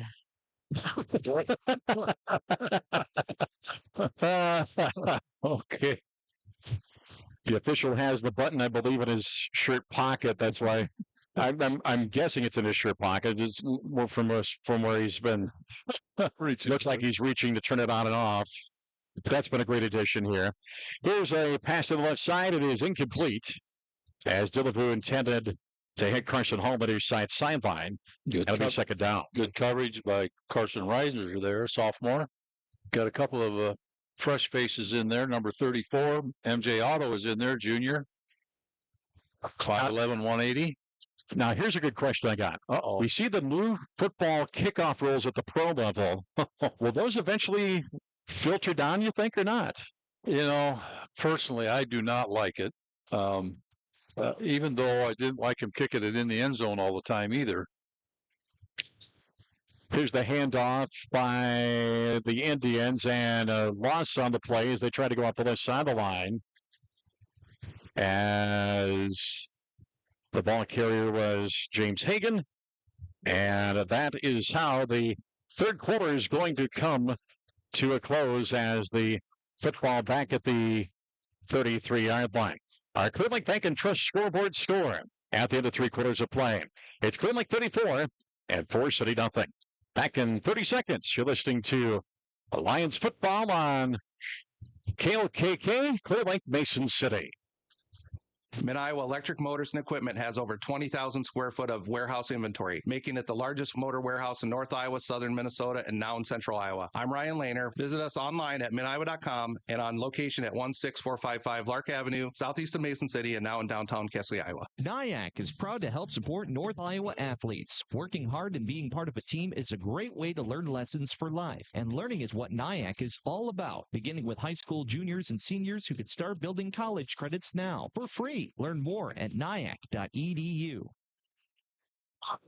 Dave Fritz, Bob Fisher here from Lions Field on 103.7 The Fox and NorthIowaNow.com. We didn't mention that in our halftime interview. We hope you get to that website, bookmark that. That's where you're going to find your local news from not only our newsroom when we get things started in downtown Mason City. You'll see stories from our spots up at KRW in Forest City, over at KCHA in Charles City as well. So that will be your North Iowa news spot for the future. 3rd and 12 at the 33 for Forest City as they start the fourth quarter of play. We've got an officials timeout that allows us to tell you the third quarter. The Lions with a 95 to 22 yardage advantage in that third quarter. 396 to 28 is the total yardage here heading into this fourth quarter of play. Bob, if you don't mind getting back to that kickoff, I think one of the key factors that will make a decision about any changes in high school is injuries. The intent is to avoid injuries, and I'm all for that. 2nd and 12 at the 33. One out to each side. High snap back to Dillevue, and he'll fire through the middle, and it is complete. Wide open. 20, 30, 20, 10, and a touchdown for the Indians of Forest City as he hit right through the middle, Lucas Carney. Man, and he was wide open, too. That Coach McIntyre is going to have some discussion about coverage on that one. He just came from that left tight end position, I think, and just streaked right down the field, and there was nobody around him. Nobody close to him. So a pass of 67 yards. And the Indians on the board here with 11:49 to go here in the fourth. Extra point to come. Ty Sopko is listed as the extra point man, and I believe that is who it is. Step down, the kick's up. Sopko is through the uprights, and the Indians on the board here for the first time of this contest. 11:49 to go here in the fourth. Clear Lake 34 and Forest City 7. We're back after this on the Clear Lake Bank and Trust scoreboard after this here on 103.7 The Fox. MBT Bank in Clear Lake is proud to support our Lions on the field, the court, in the auditorium, and in all activities throughout the year. Come see us at our new location on Highway 18, just south of Lions Field. Go Lions from MBT Bank in Clear Lake. Absolute Waste Removal is a proud supporter of Clear Lake High School activities, serving Clear Lake, Mason City, and the greater North Central Iowa area. For residential, commercial, and roll-off services, contact your responsive and dependable, locally owned and operated waste collection provider is Absolute Waste. Back to Lions Field with Dave Fritz, Bob Fisher here with you. Indians with a 67-yard pass play that went from Dillevue to Lucas Carney. And the Indians on the board for the first time tonight. 34-7 Clear Lake leads Forest City on the Clear Lake Bank of Trust scoreboard. With 11:49 to go here in the fourth quarter. Dave will be down on the field once again at the conclusion of the game to talk to an MBT Bank player of the game. And with Aaron Stensland, the Clear Lake coach, join us. Well, you got to give Forest City credit. They just did not come out and just lay down the second half. They came back. They've got a long season ahead of them. Coming up against this really tough Clear Lake team, and Coach Anderson said that before in the pregame. We just got to come out and play our game and do the best job we can and get ready for their district. Sopko's kick is end over end to be fielded at the jungle and then finally picked up at the 3-yard line. And trying to cut across field is Carson Reiser, and he'll get up to the 23. So that was a good recovery by him. to be able to return it to the 23-yard line. That's the Lions will start there, 1st and 10. That was an excellent recovery on his part. There were 4 or 5 Forest City Indians down there trying to tackle him down on about the 5-yard line, and he was able to find a little space and get through that and have a pretty good return out of it. 1st and 10 at the 23 for the Lions. McIntyre still in at quarterback, twin receivers to the left, and wing T shotgun here on 1st and 10. Theobald fake going in motion. It's Schmidt off the right side from the left. 30, turns back in. 35-40. Look out on the other side. 45-50. 45-40. 35-30. To the other sideline. 40. 10. He's gone. Touchdown. Clear Lake Lions. Man, he had a guy pursuing him, and he just turned on the speed, and there is no catching Titan Schmidt once you get in that open space. Made 2 or 3 quick moves right at the line of scrimmage, got past the linebackers, and just turned on the heat. So the Lions and the Indians with 2 big plays to score here to start this 4th quarter. Schmidt just 1 yard shy of his longest run of last year of 78 yards. This goes for 77. And it's 40-7. And what will the Lions do here on the extra point? Looks like they'll kick. Of course, if they would go for it, they could get that 35-point margin. But let's play it safe here and just kick it away and give Adrian Ross another opportunity to get his confidence back. Lions are down here on the extra point. Snap back. Kicks up. Kick is inside the right upright. We'll take a break here from Lions Field. Clear Lake Bank & Trust scoreboard with 11:27 to go here in the 4th. Clear Lake 41 and Forest City 7. Back in 30 seconds here on 103.7 The Fox. Stacy Dawn, President and CEO of the Clear Lake Area Chamber of Commerce. We are proud supporters of Clear Lake Lions Athletics and champions for local business. Discover all Clear Lake has to offer and stay connected with what's happening in Clear Lake at clearlakeiowa.com. Go Lions. The CLTEL fiber optic network delivers reliable, high-quality internet speeds that are perfect for streaming Clear Lake Lions sports. More than just an internet provider, CLTEL is a committed community partner invested in local initiatives and the go-to choice for North Iowa. Back to Lions Field we come. 41 for Clear Lake and 7 for Forest City. 2 big plays. 67 yards on the pass from Ty Dillevue to Lucas Carney at the 11:49 mark of the 4th. Down on the first play of scrimmage after the return. Tyne Schmidt scampers from right to left as we looked at it. And a 77-yard touchdown for Schmidt for his 2nd touchdown or 3rd touchdown of the night. 2 on the rush and 1 on the pass. And he's got, rushing-wise, 211 yards and 28 yards total on the receiving. So he might be one of the MBT Bank Player of the Game candidates. He could be a candidate, that's for sure. Kickoff, we've got Christian Dunning, Christian Dunning kicking off this time. Yep. 3-yard line on the return, up to the 15, the 20, 25, and 27-yard line. On the return,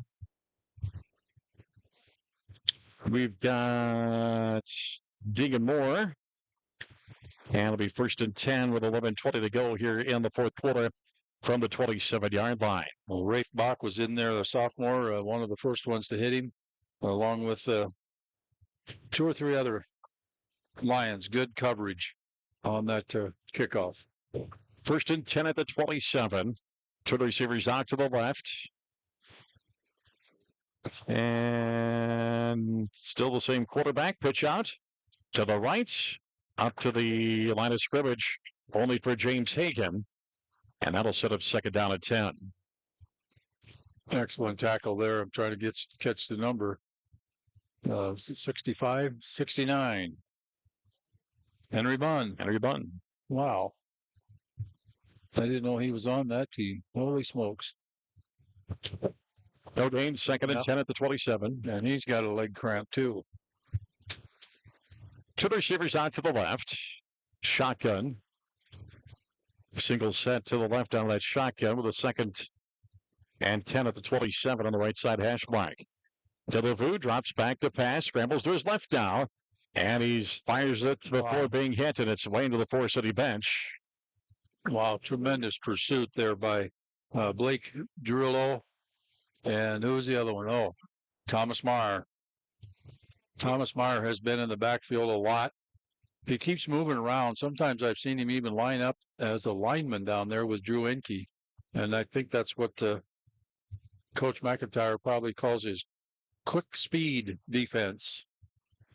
3rd down and 10 at the 27. Forest City 2 for 8 on 3rd down tonight. With 10:33 to go here in the 4th, and the Indians just trying to make this somewhat respectable here. Turn receivers out to the left. Single set shotgun.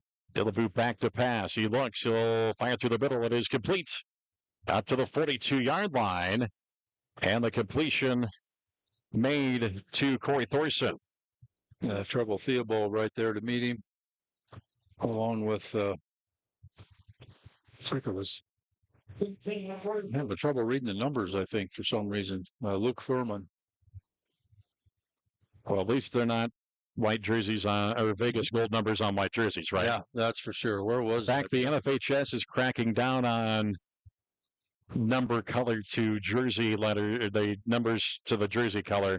Okay. For future uniforms. I think that goes into effect this year, if I remember right. Here's Delavu, hands off to Hagan. He tries to sweep the left side, but he's taken down right at the line of scrimmage. As in there on the tackle. There he was 81. Keaton Jepson. Keaton Jepson. Yes, good job, Keaton. Another sophomore in there playing. We've had 4 or 5 sophomores in there playing. Gain of 1 on the play. Of course, they can come back and play Monday night. They can play 4 quarters. That's right. 6 quarters. Right. They'll give them a chance to play a little varsity here. 2nd and 9 at the 44. Shotgun offset I this time around. Whistles and penalty flags from the far side. False start, I'm guessing. Yeah, false start. Dead ball. False start, number 10, White. 5-yard penalty. Still second out. So they'll move the football back to the 39 and make it 2nd and 14. The Indians penalized 5 times for a net loss of 41 tonight. Clear Lake 5 for a net loss of 47.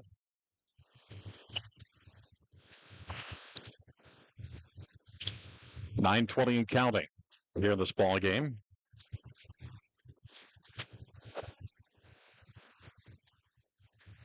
One out to the right. One out to the left. Offset eye on the shotgun here on 2nd and 14 from the left side, hash mark 39. Delavu looks right. He'll play left. He'll throw out a screen. It's incomplete. As it was intended for Peter Wilson. And it'll be 3rd down to come. Coverage over there by Trouble Theobald and Carson Reiser. Carson Reiser's had a pretty good ball game tonight for a sophomore.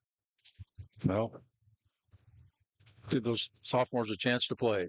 3rd and 14 at the 39. Indians 3 for 9 on 3rd down tonight. One out street side. Shotgun with a single set in the backfield. Big man right side on the line here on 3rd and long. Delavu looks left. He'll fire that way. It is into his bench. There's a flag. Oh, wow. That's a kind of a inconsequential call. Just bumped him a little bit as he was turning to come back for the pass, but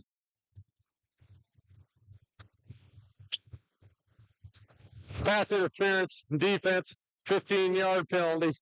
Results in a 1st down. So the penalty on Clear Lake moves it to the 46, the 2nd time they've been called for pass interference tonight.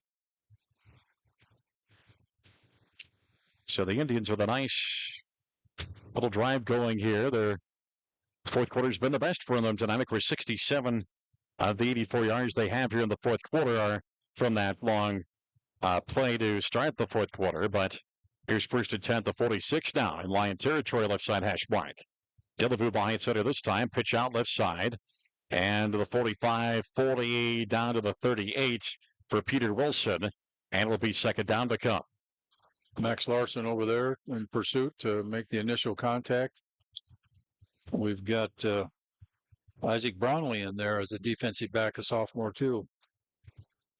64 coming in. Houston Paul. Houston Paul. A junior, I believe, if I see things right. Yep. 2nd and 2 at the 38. 8:25 left here in the fourth. Twin receivers out to the right. Dillaboo behind center. Now the receivers are two men on the right side of the line, shift over to the left. Tight end and wingman. Pitch out. Wilson again off the left side. And he breaks through. 35-30, 25-20. And he will finally get hauled down at about the 17, as in there was Blake Enke on the tackle. Well, Forest City just not in that give-up mode. As Coach Anderson said, start the season off with Clear Lake, who in some polls, number 1, number 2 in the state. And then they meet Spirit Lake next week, who's playing Algona tonight, by the way. Playing Algona. That ought to be a good one. 1st and 10 at the 16. Two receivers out to the right. Offset eye in the backfield. Dillaboo behind center, a long count. And he will hand off. And I'm not sure if there was a mix-up on which way he was supposed to go with Wilson, as it looked like he was pretty much guided by Dillaboo, pushed to his left. Gained about 2. Actually, I take that back. He didn't gain a darn thing. No. It's 2nd and 10. No, a little mix-up. You're right. Dillaboo came back and thought he was going to go on the inside, and he was actually on the outside. But well, Clear Lake playing a lot of second stringers, I suppose you call them, giving kids a lot of opportunity here to play. 2nd and 10 at the left side, hash mark 16. Handoff, Wilson again. And he veers off the right side. He gets inside the 10. He gets hauled down into the 5. So good job by Wilson to carry the pile as he gets down to about the 5-yard line and gives the Indians their 7th first down of the night. He just kept driving and getting through there. Bottom of the pile was Henry Bunn in there. Is that 69 or 68? Man, I think that's Hayden Pauls. No, I think you're right on. Is it Bunn? Okay. 1st and goal at the 5. Indians, first time from scrimmage down in this red zone territory. Hard count. And unfortunately for the right guard, he was the one that was fooled by the hard count. Dead ball, false start, 57 the white, 5-yard penalty, still first. Gabe Cosma immediately put his hands to the top of his helmet and said, "What the heck did I do?" Yep.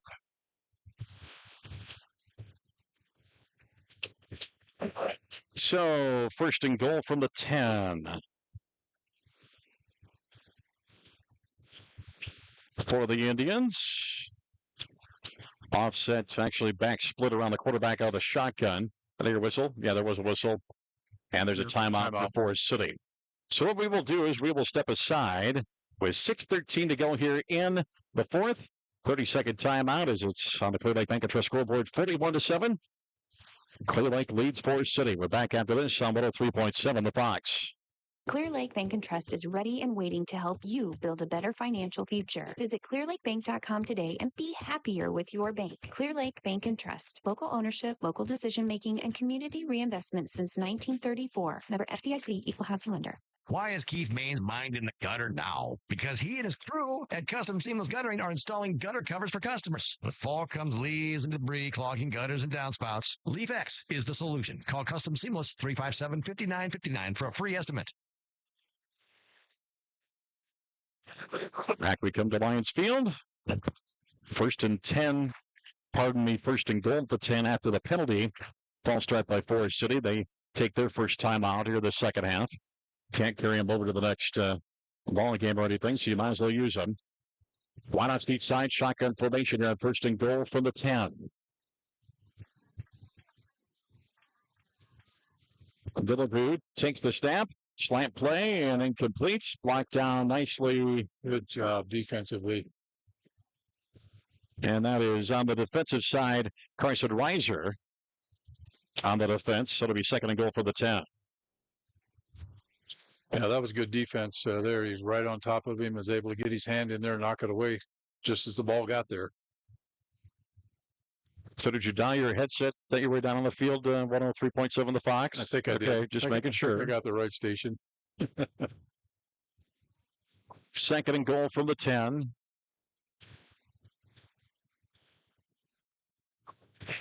And Delavu scrambles to his right off the snap. Pass is complete. And down at the 2 or the 1, as the reception was to Ryan Bailey, and it looks like Luke Furman on the tackle. Yeah, I tried my headset out this afternoon. Listened to the Harry O show. Third and goal at the 1 after the 9-yard pass play. Halfway through quarter number 4. Clear Lake Bank Trust scoreboard right now says 41-7 in favor of Clear Lake. Indians trying to move the numbers on the scoreboard here. Delavu behind center. Whistle. Another timeout. I believe, maybe, yes. Yep. Timeout for City will step aside for 30 seconds as well. With 5:27 to go here in the fourth, 41-7 in favor of Clear Lake. Back in 30 seconds here on the Fox. Just like the players on the field chasing a win, Farmer State Bank is here to help you chase your financial dreams. Whether you're looking to grow your farm, expand your business, or buy your first home, we're here to help you score big. Farmer State Bank, let's tackle your financial dreams together. Glenn's Tire in Clear Lake has been locally owned and operated since 1992. Known for their honesty and integrity, you can trust their experienced staff with all of your vehicle maintenance and repairs, including alignments, brakes, oil changes, tires, and more. Glenn's Tire on Highway 18, Clear Lake. Go Lions! And we appreciate Glenn's Tire being on the airwaves once again as one of our sponsors here of Lions football on 103.7 The Fox. Glenn and Deb McIntyre, two of our great supporters through the years of our broadcasts, all the way back to when we started doing things. This is your number 30 for me covering the Lions. Here's third and goal at the 1 here after the Forest City timeout. Delavu behind center, eye in the backfield. Here on third and goal at the 1. Delavu hands it off, and off the right side, wrapped up in the backfield. Is the runner back toward the 5, as it was Peter Wilson once again. So it'll be fourth and goal. MJ Otto coming across there, number 34, to make that tackle in the backfield. Fourth down for these guys. So a loss of 3 on the play makes it fourth and goal from the 4. Indians have not attempted fourth down. Lions held 68% of the time on fourth down last year. So you wind down to 4:50 left in the ball game. Here's fourth and goal from the 4. It'll be shotgun with the back split around Delavu. And he'll go out to his left, fires it toward the back side of the end zone. It is a jump ball. It is complete. And it is a touchdown as he hits his one of his favorite targets, Ty Sopko. Yeah, big, tall receiver there was able to get up over the top of the defender and grab that football and make the touchdown. So on the drive, 13 plays and 68 yards, 6:42 off the clock. So a very nice drive for Forest City. Delavu to Sopko for 4 yards on the pass play, 41-13 pending for the extra point from Sopko. Hunter Harms is the holder for the white and red, and the extra point is inside the left side of the upright. Time on the field, 4:38 to go. 41-14. Clear Lake leading Forest City on the Clear Lake Bank and Trust scoreboard. Back in 30 seconds here on 103.7 The Fox. MBT Bank in Clear Lake is proud to support our Lions on the field, the court, in the auditorium, and in all activities throughout the year. Come see us at our new location on Highway 18, just south of Lions Field. Go Lions from MBT Bank in Clear Lake. Mid-Iowa Electric Motors and Equipment has over 20,000 square foot of warehouse inventory, making it the largest motor warehouse in North Iowa, Southern Minnesota, and now in Central Iowa. I'm Ryan Lehner. Visit us online at midiowa.com and on location at 16455 Lark Avenue, southeast of Mason City, and now in downtown Kesley, Iowa. Back to Lions Field we come with 4:38 to go in the ball game. Clear Lake Bank and Trust scoreboard says 41-14. Clear Lake leads Forest City. Stay tuned for our post game, as Dave Fritz will be down on the field to talk to head coach Aaron Stensland, as well as the MBT Bank player of the game. 4 players, actually. If I saw the... I think you're right. Saw the scorecard correct here. So Supka will kick off from the left side 40. Indians left to right, Lions right to left, as this kick will be bouncing at the 5 and taken outside the goal line at the 3. Straight up the middle and veering to the near side to the 20. 25-30. 35 and 40. And 45 trying to cut back, but now cuts back to the outside to the 50-yard line. A nice return by Isaac Brownlee. Well, Isaac Brownlee's got some speed. We know that as a sophomore, 6-footer, 165 pounds. And boy, he showed some speed there. He's got a lot of potential. 4:27 to go here in the fourth quarter. Lions first teaming or second teaming here on offense? Well, let's see. Looks like first team guys are all still out here. They are. A couple things to work on. Wing T shotgun. Two receivers to the left here on first and 10. The left side hash mark 46. McIntyre takes the snap. Hands off to Schmidt off the right side of the line. He'll get inside the 41 and make it second down from there. Now just that straight handoff to Titan as he just follows those blockers so well. Always looking for a little gap so he can break loose. But that time just put his head down and drive forward. 2nd and 5 at the 41.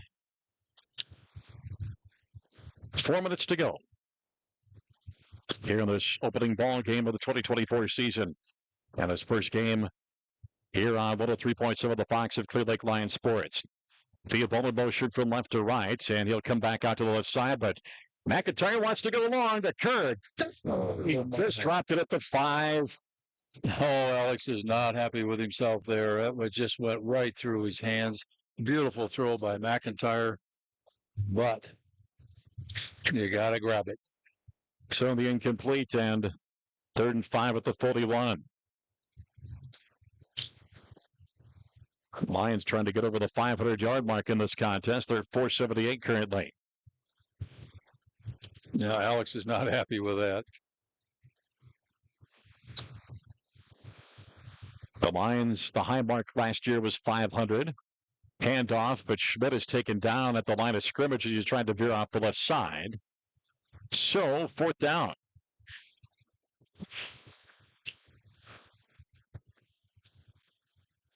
And actually, Marco lost the one back to the 42. And then they're going for it. 4th and 6 at the 42. Lions 2 for 3 on 4th down tonight. Field in motion. He'll cut back to his left, so he'll jump in. Yes. Yes, he did. But it won't be enough for a first down, but at least cut the distance. Real close. Dead ball, encroachment, defense, 5-yard penalty. Makes it 4th and about a yard, doesn't it, Bob? 4th and 1 at the 37. 4th down.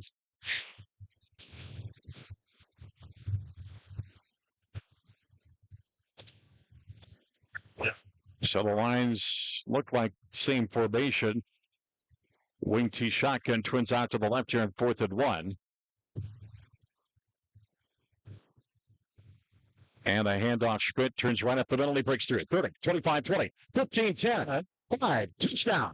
Clear Lake Lions. That's about as straight ahead as you can go. Just take that handoff, get past the line, past the linebackers, and outran the backs. Right. You got a flag at the 24. Oh, boy. Oh, boy. Let's hope. Holding.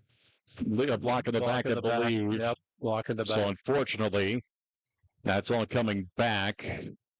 Now, let's see. Let's see what they marked. The flag's at the 24. So, do you mark this from the 34? The Lions would still have a first down if I'm remembering. Is it 10? It's 10 from the spot of a foul, I believe. So it's not a foul that comes back. Yep. So it will be a net loss or net gain, actually, on the penalty. Now that's Block in the back, 88 black, 10-yard penalty from spot or foul. Still a first down. So it is a 4-yard gain. So we'll make it 1st and 10. The unusual way to make a first down. It is. Unfortunately, it takes the points off the board. I was just thinking that. I don't know that I'd seen that very often. Wing T shotgun, but ends in tied here. Here on 1st and 10 at the 33. McIntyre hands off to Titan. He tries to go up the gut, and this time they're not fooled. It's taken down for about a yard, and it's 2nd and 9. That was pretty much the same play he had scored on, but that time Forest City was able to Late flag. another flag. Must have some sportsmanship conversations down the field that are little pushing and shoving going on there. I noticed after the play was over.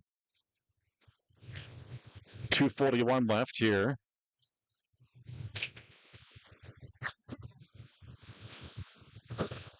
Dead ball after the play on sportsmanlike conduct. Number 25, Black. Yeah. Will be 2nd down. Titans had a little Titan had something that he shouldn't have. Well, you got pretty well bottled up there at the line of scrimmage, and who knows what goes on there with 5 or 6 guys piling on top of you. So they mark it. The play was at the 31. Down to the 31, so dead ball foul will move it back for 15 yards after the play was made. So it's 2nd and 23 from the 46. Here's the handoff, and sweeping from left to right is Drace Dolman once again. And that'll set up a 3rd down situation from the 42. So a gain of 4. And David, I don't know if you want to. Oh, it's getting close. Yeah, it is getting a little. Alrighty. Well, make sure you check that mic before you depart. That wireless mic there. Your tank there. There you go. 3rd 19 at the 42. Wing T with ends in tight. Handoff. And off the left side, 40-yard line inside that, down to the 36. And that is Dolman once again. Check the mic here, Bob. Is it all hooked up and ready to go? I thought it was, but let's do this. Let's switch places in the mic mixer. Try it now. Okay, let's see if we got That's a heck of a lot better. sound some voice on the hand mic. Should Dolman down to 36, 4th and 13 for Clear Lake. With a $1:10 left here. And McIntyre through the middle, and it is incomplete. So he tried to hit Gage Larson. So the Lions will turn it over on downs here with 1:04 to go. And the Clear Lake Bank and Trust scoreboard saying 41 for Clear Lake and 14 for Forest City, which, unless Forest City dials up something here in the dirt that gets them to pay dirt, that will likely be the final score. Stay tuned. Dave Fritz heading down for the MBT Bank Player of the Game and our post-game interview with Aaron Stensland, which will happen right after the game. Two receivers out to the left. Here on 1st and 10 at the 36. Delavu rolls out to his left after faking the handoff. He fires a pass that is complete. Yes, it is. To Corey Thorson. He's just across midfield to the 47. And 1st and 10. Clock stops. Now rolls with 55 to go here in the 4th.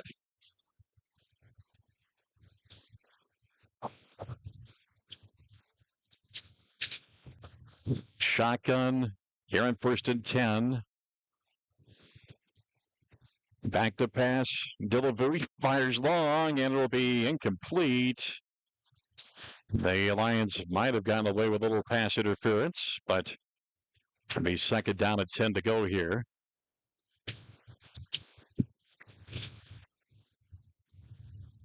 Dave Fritz making his way onto the lovely turf of Lions Field. He'll chase down who he needs to chase down for the post-game interviews.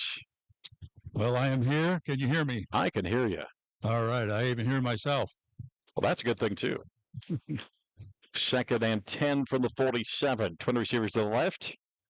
Indians going to try to hit the end zone one more time here, it appears. Delavu back to pass. He'll fire left side. It is incomplete. It was way over the head of Ty Sopko. And it will be 3rd down and 10. 31 seconds to go. So the Lions will win the opening contest of the football season and move along to New Hampton next Friday night for non-conference play to face the Chickasaws. Turn the receivers out to the right. Shotgun here on 3rd and 10 at the 47. Dillaboo back to pass. Steps to his right. Fires a pass, and it is complete. And out of bounds at about the 37 for Carson Hall. Got a flag, Bob. Okay. Right down here on the sideline. Eligible receiver downfield, so the Lions will take that penalty, obviously.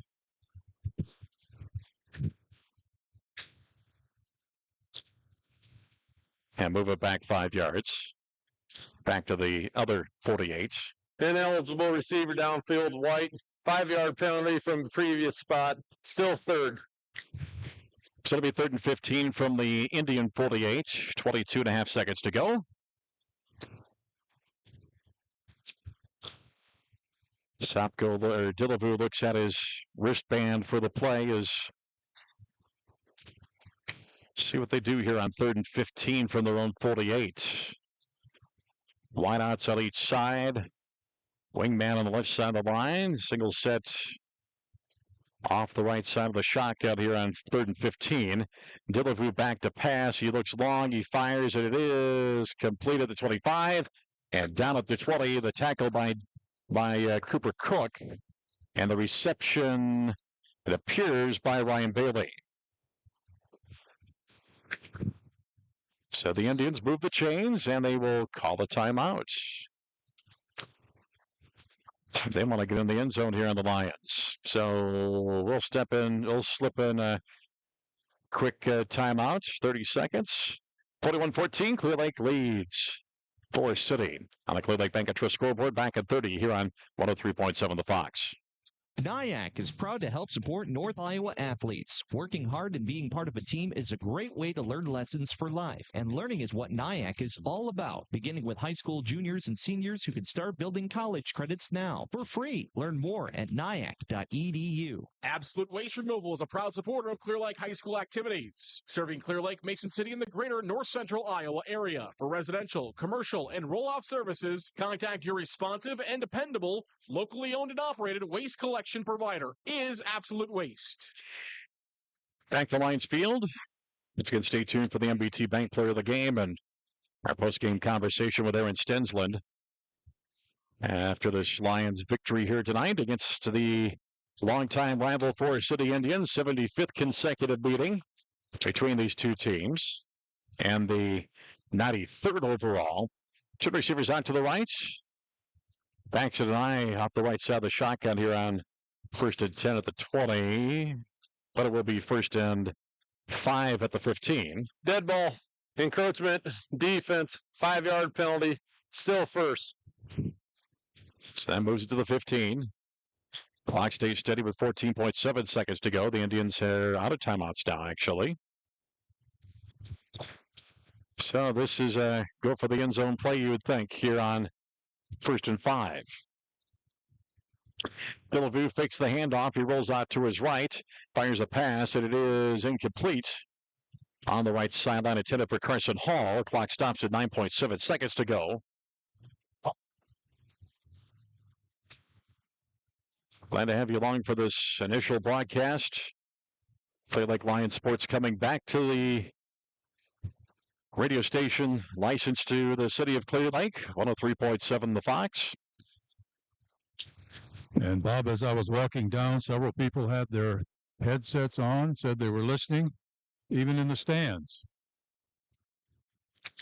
2nd and 5 at the 15. Two wide out to the left, one to the right. Dillaboo back to pass. He'll fire a pass to the left sideline, and it is out of bounds at the 4. As Carson Hall did haul it in, he tried to skip out of the tackle, but he did step on the sideline. The clock stops with 6 seconds to go here. So the Indians with one more opportunity, you would think, here to try to hit the end zone.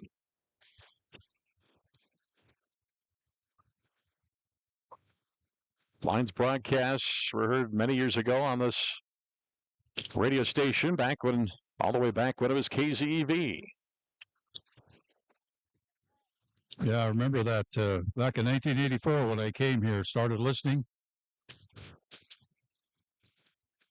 Sopko in the shotgun here on first and goal at the 4. He scrambles to his right. Dillaboo fires the pass up high, and it is intercepted but out of bounds by Carson Reiser. The horn sounds, and the Clear Lake Lions have their first victory of 2024 as the Lions roll up 489 total yards in the contest, 41 of those on the ground, and a 41-14 final score on the Clear Lake Bank and Trust scoreboard. Dave Fritz down the field once again for MBT Bank Player of the Game coming up here momentarily in the conversation as well. With Lions head coach Aaron Stensland will be joining us as well for post-game comments as well as the Lions move to 1-0 and they are off to New Hampton next week for the second week of play. You can watch the game and listen to it through our facilities. Of course, NorthIowaNow.com. If you were watching along tonight and listening along on 103.7 The Fox, either way, you can listen and watch to each and every game now at 103.7 The Fox at NorthIowaNow.com. The Lions with 41 total yards on the night, 50 carries, 88 yards on the pass. Ronald Forest City 223 total yards, 58 on the ground and 165 on the pass. As Aaron Stensland seeing Dave Fritz, or at least I thought he did see him originally. And as Dave Fritz will also be getting a couple of players here momentarily as Aaron Stensland nearing Dave Fritz. So let's go down for a post-game interview. Maybe not yet. Okay, Dave Fritz still setting up who we're going to get for players of the game here for our post-game conversation. And it looks like our MBT Bank players of the game are going to be first. And Dave Fritz first has, you're going to go with Henry Bunn or Tyne Schmidt? Henry Bunn is first. Go ahead, David. Henry tried to keep track of the tackles, but that first half, there wasn't a lot of offense on Forest City's side. What'd you guys do to stop them that first half? We just played hard. We kind of slowed down there in the second half. We got to work on that, but that first half was pretty good on defense. We just got to keep that going the whole game. I think you held them to 0 yards. So good job. What stood out for you as your play tonight? I thought I did a good job of just keeping the edge, But it's really just the coaching. They teach us that every day, so. They teach you to play your position, right? Yep, sure do. And then it's fun to block for a guy like this. Titan, congratulations. I don't know how many yards you had. We lost track. But what a tremendous talk to me about this run that you had. You dance around a little bit, and all of a sudden you're in the end zone. What are you thinking as you're running down there? I'm just thinking run away from the people in the other jersey, really. And it usually tends to work out, so. Yeah. Well, you guys had a tremendous start to the season. I'm sure Coach will find some things to work on, but good job. Congratulations. Thank you. Thank you. Those are MBT Bank players of the game. And I'm not sure if Aaron Stensland's going to join us or not. So he's talking with his team right now. And Dave Fritz. What's that? He said he wanted to talk to the team first. All right. It looks like he is, Coach McIntyre is, and now Coach Stensland's breaking away, so he will walk over to you, Dave Fritz, and now down for that interview with Dave Fritz and Coach Aaron Stensland. Coach, did you see anything good tonight? Yeah, I mean, we saw some good things. It was like the game that would not end there. So the good thing was we came out healthy. So. Yeah. Well, that's a key too. I saw a few cramps here and there, but first game of the season, that's kind of a good thing. It wasn't hot like last weekend. Yeah, and we kind of put them through the ringer Monday and Tuesday. We came out here in the heat anyway, and we kind of maybe thought this would maybe happen a little bit tonight, but we just wanted to kind of fight through it, and we wanted to train and practice through the heat, just get our guys ready to go. So they did a good job. We got a lot to clean up, but biggest jump in the teams from week 1 to week 2. So we'll go to work. Well, I told Titan and Henry that I was only going to ask you about the good things that happened tonight because I'm sure as you watch the film, you find just a few things to work on. Yeah, I don't know how many penalties we had, but it was just too sloppy, too undisciplined. That's all you can say about the flags. There's a lot of them, it seemed like, for us that were just maybe undisciplined type of thing. So we just got to clean that up. Get your hands inside on blocks. Don't grab out on wide receivers, just stuff like that. But first half defensively, you just basically shut them down. Yeah, it was great. We're like we knew we're extremely fast this year on D. So, but the good thing is they got a couple scores there in the second half. But we play a lot of guys. Yes. So a lot of guys got reps. That's what's important. The final scores, it is what it is. A win on a Friday night in high school football is fantastic. Whether it's a shutout or not, we needed to get those young kids in the game. And we saw 5, 6 sophomores and a couple of juniors that hadn't played a lot, and that means a lot for the rest of the season. It sure does. It just builds depth on depth on depth, and that's what we're trying to do right now in these first 4 games that are non-district, is find as much depth as we can. We found some tonight. Congratulations, Coach. Keep them going. Thank you. Appreciate it. Take your time, David. Coming back up here. Thank Aaron Stensland with his post-game comments. And once again, for MBT Bank players of the game, Henry Bunn, as well as Titan Schmidt. We'll go through Titan's numbers. We didn't get too lost on those, but we'll give you the final numbers of this one and start to wrap up our broadcast here of Clear Lake Lions football here on this first game here on the Fox. We'll hear from MBT Bank, and then we'll also take 2 minutes after that as you're listening to Lions football here on 103.7 The Fox. Stacy Dawn, President and CEO of the Clear Lake Area Chamber of Commerce. We are proud supporters of Clear Lake Lions athletics and champions for local business. Discover all Clear Lake has to offer and stay connected with what's happening in Clear Lake at clearlakeiowa.com. Go Lions. The CLTEL fiber optic network delivers reliable, high-quality internet speeds that are perfect for streaming Clear Lake Lions sports. More than just an internet provider, CLTEL is a committed community partner invested in local initiatives and the go-to choice for North Iowa.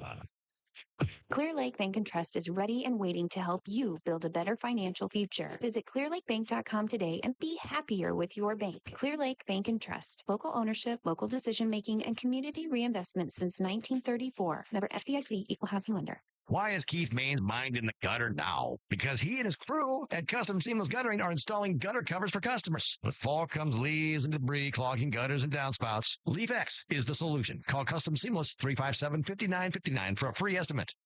Just like the players on the field chasing a win, Farmers State Bank is here to help you chase your financial dreams. Whether you're looking to grow your farm, expand your business, or buy your first home, we're here to help you score big. Farmers State Bank, let's tackle your financial dreams together. Glenn's Tire in Clear Lake has been locally owned and operated since 1992. Known for their honesty and integrity, you can trust their experienced staff with all of your vehicle maintenance and repairs, including alignments, brakes, oil changes, tires, and more. Glenn's Tire on Highway 18, Clear Lake. Go Lions!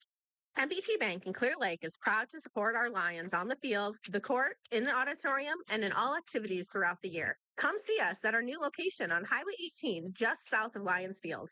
Go Lions! From MBT Bank in Clear Lake. Mid-Iowa Electric Motors and Equipment has over 20,000 square foot of warehouse inventory, making it the largest motor warehouse in North Iowa, southern Minnesota, and now in central Iowa. I'm Ryan Lehner. Visit us online at midiowa.com and on location at 16455 Lark Avenue, southeast of Mason City, and now in downtown Kesley, Iowa. Back we come to Lions Field as we start to wrap this one up. Dave Fritz making his way up here back high atop Lions Field as once again Clear Lake on the Clear Lake Bank and Trust scoreboard, a 41-14 victory over Forest City tonight. Lions improved to 1-0 and head off to New Hampton next week. Totals on the night for Clear Lake: 489 yards total, 401 on the ground, and 50 carries, 8 of 17 passing for 88 yards. For Forest City, 223 total, 58 on the ground and 20 carries, 165 on the pass and 11 of 26 passing. Lions had 25 first downs on the night, which I think may have equaled their high of last year. No, they had 29 against Iowa Falls last year, but pretty close. Forest City had 11. Third downs, 5 of 10 for Clear Lake, 4 of 11 for Forest City. Third downs, 2 for 4 for Clear Lake, 1 for 5 for 10 on third down for Clear Lake, 4 of 11 for Forest City, 2 of 4 on fourth down, 1 of 1 for Forest City, 2 for 4 for Clear Lake. Penalties, 9 for a net loss of 78 for Clear Lake on the night, 8 for a net loss of 56. Time of possession, 27-33 for Clear Lake and 20-27 for Forest City.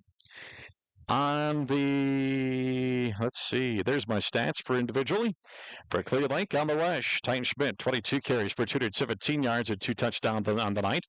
Sam Dodge, 11 carries for 83 yards and 2 touchdowns. Jackson McIntyre, 36 yards on 10 carries. Drake Stolman, 3 for 26. Dontrell Johnson, 3 for 22.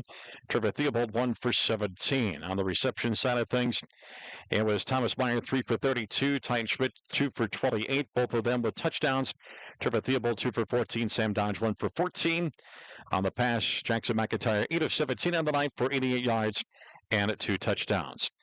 For the Indians, it looks like this for their leaders on the rush. It was Peter Wilson, 8 carries for 49 yards. Lucas Carney, 2 for 7. Carney, of course, had that long pass play to start the fourth quarter.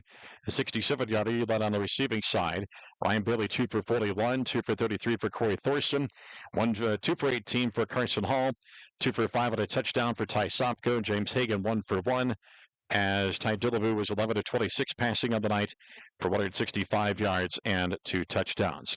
Lions got on the board, scoring 2 touchdowns each in the first and second quarter. 5 plays, a 35-yard drive with 9:38 to go in the first. Jackson McIntyre to Titan Schmidt on a pass of 22 yards. Adrian Ross for the extra point to make it 7-0 at that point. 10 plays at 58 yards for the next drive for Clear Lake at 3:31 of the first. Sam Dodge, a 3-yard touchdown run. Ross for the extra point made it 14-0 at that mark, as well as the end of the first quarter. Lions didn't score until the 4:59 mark of the second quarter. 6 plays and 73 yards on the drive. Titan Schmidt with a 20-yard run. Extra point was good. That was followed by a 11-play and 75-yard drive in the half. Dodge with a 3-yard touchdown run, his second touchdown of the night. The extra point was good. 28-0 at that point and at the end of the first half. Clear Lake a 10-play, 46-yard drive to end the third quarter. The 11-minute mark, it's McIntyre with a 15-yard pass to Thomas Meyer. The extra point was missed. 34-0 at that point, and at the end of 3. Forest City comes back with a 3-play, 65-yard effort that crossed from the third to the fourth quarters. First play of the fourth quarter, it was a 67-yard touchdown strike from Ty Dillevue to Lucas Carney. Ty Sopko made the extra point. Lions responded with a 77-yard Titan Schmidt run on the next play from scrimmage. Ross made the extra point. And then the Indians came back with that 13-play and 73-yard drive to end toward the end of the fourth quarter. 4:38 left. Dillevue to Ty Sopko from 4 yards out. Sopko got the full 7 as he made the extra point. That's how the ball game ended. 41-14. Clear Lake beating Forest City. Dave Fritz, we bring you back into the conversation. Why don't you use the wireless mic so I don't have to juggle here, there, and every place. But once again, a good solid effort by Clear Lake tonight. Very few mistakes, penalties, obviously. First game, you see that a lot in the first games of season. 2 interference penalties that racked up a lot of yards on that. But for the most part, you really can't fault this Lions team for a first game. Absolutely not. As Coach Densland said, you got to work on the little things, and the little things that probably upset him the most were those penalties. But those are things you can work on. Those are things you can talk about in practice. You can look at the films, and you can say, okay, line up here, do this, do something different. Defensively, too, you want to be tough and close to the receivers, but you got to keep your hands off. You got to time it just right and so forth. But overall, the defense really showed itself that first half and just pretty much holding them to no yards. And then, as Coach Denman said, you get a lot of opportunities in that second half for a lot of kids to play. 5, 6, 7 sophomores played, several kids that don't get much of a chance to play. But in the long run, you just never know what happens. Those kids with this experience now in this first game can come back and be of use someplace down the road. Off to New Hampton next week. The Chickasaws will want some revenge for the last few times that they've met, and that should be an interesting one. It's always an interesting one over in New Hampton, it seems like. It always is. It's just one of those games where you just never quite know what's going to happen. You see some big plays. You see some tough defense. Chickasaws are going to be a very formidable opponent, and always look forward to that type of a ball game. I want to give a shout-out to Jackson Peckham stepping in there as a sophomore and center. Just did a heck of a job tonight, I think. That's the kind of play that a young kid getting his first varsity start gets an opportunity to come in there and make a difference in the ball game in a critical position, in that center position. But overall, just an outstanding game by by the Lions. David, thanks a lot Thank for you, sir. everything, and we look forward to the 2024 season here. This is going to be great, and it's so good to have you back on the air. And with all the texts that I've got, I know there's a lot of people listening, a lot of people watching it on Iowa Now. North Iowa Now. .com. I'll get that. We'll get it right. We'll get it right for you. So, all right. Thanks, a Bob. lot. Dave Fritz with his post-game comments, and that's going to wrap things up here from Lions Field tonight. As the Lions on the Clear Lake Bank and Trust scoreboard win 41-14. Our next Lions broadcast will come your way next Friday night from New Hampton. Start out with the Radio Lab Scouting Report at 6 o'clock. Our pregame show starts at 6:15. Kickoff from New Hampton will start at 7 o'clock. I want to thank Harry O for spinning the dials back at our 103.7 The Fox Studios tonight, helping us along and making sure we are on the air and get the commercials in, and we'll get some of those technical things figured out here through time. So we really greatly appreciate him for stepping in and manning the board, spinning the dials back at our Fox Studios. Let's get a final score on the Clear Lake Bank and Trust scoreboard. Clear Lake 41 and Forest City 14. For Dave Fritz, Bob Fisher, so long from Lions Field in Clear Lake.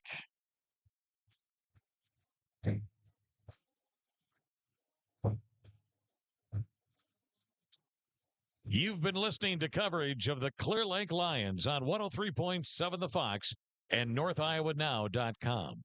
This coverage of Clear Lake Lions football was brought to you by CLTEL, MBT Bank, Glenn's Tire, Mid-Iowa Electric, the Clear Lake Chamber of Commerce, Clear Lake Bank and Trust, North Iowa Area Community College, Custom Seamless Guttering, Farmer State Bank, Absolute Waste, and Dean Snyder Construction. Your new home of the Clear Lake Lions is 103.7 The Fox at North Iowa.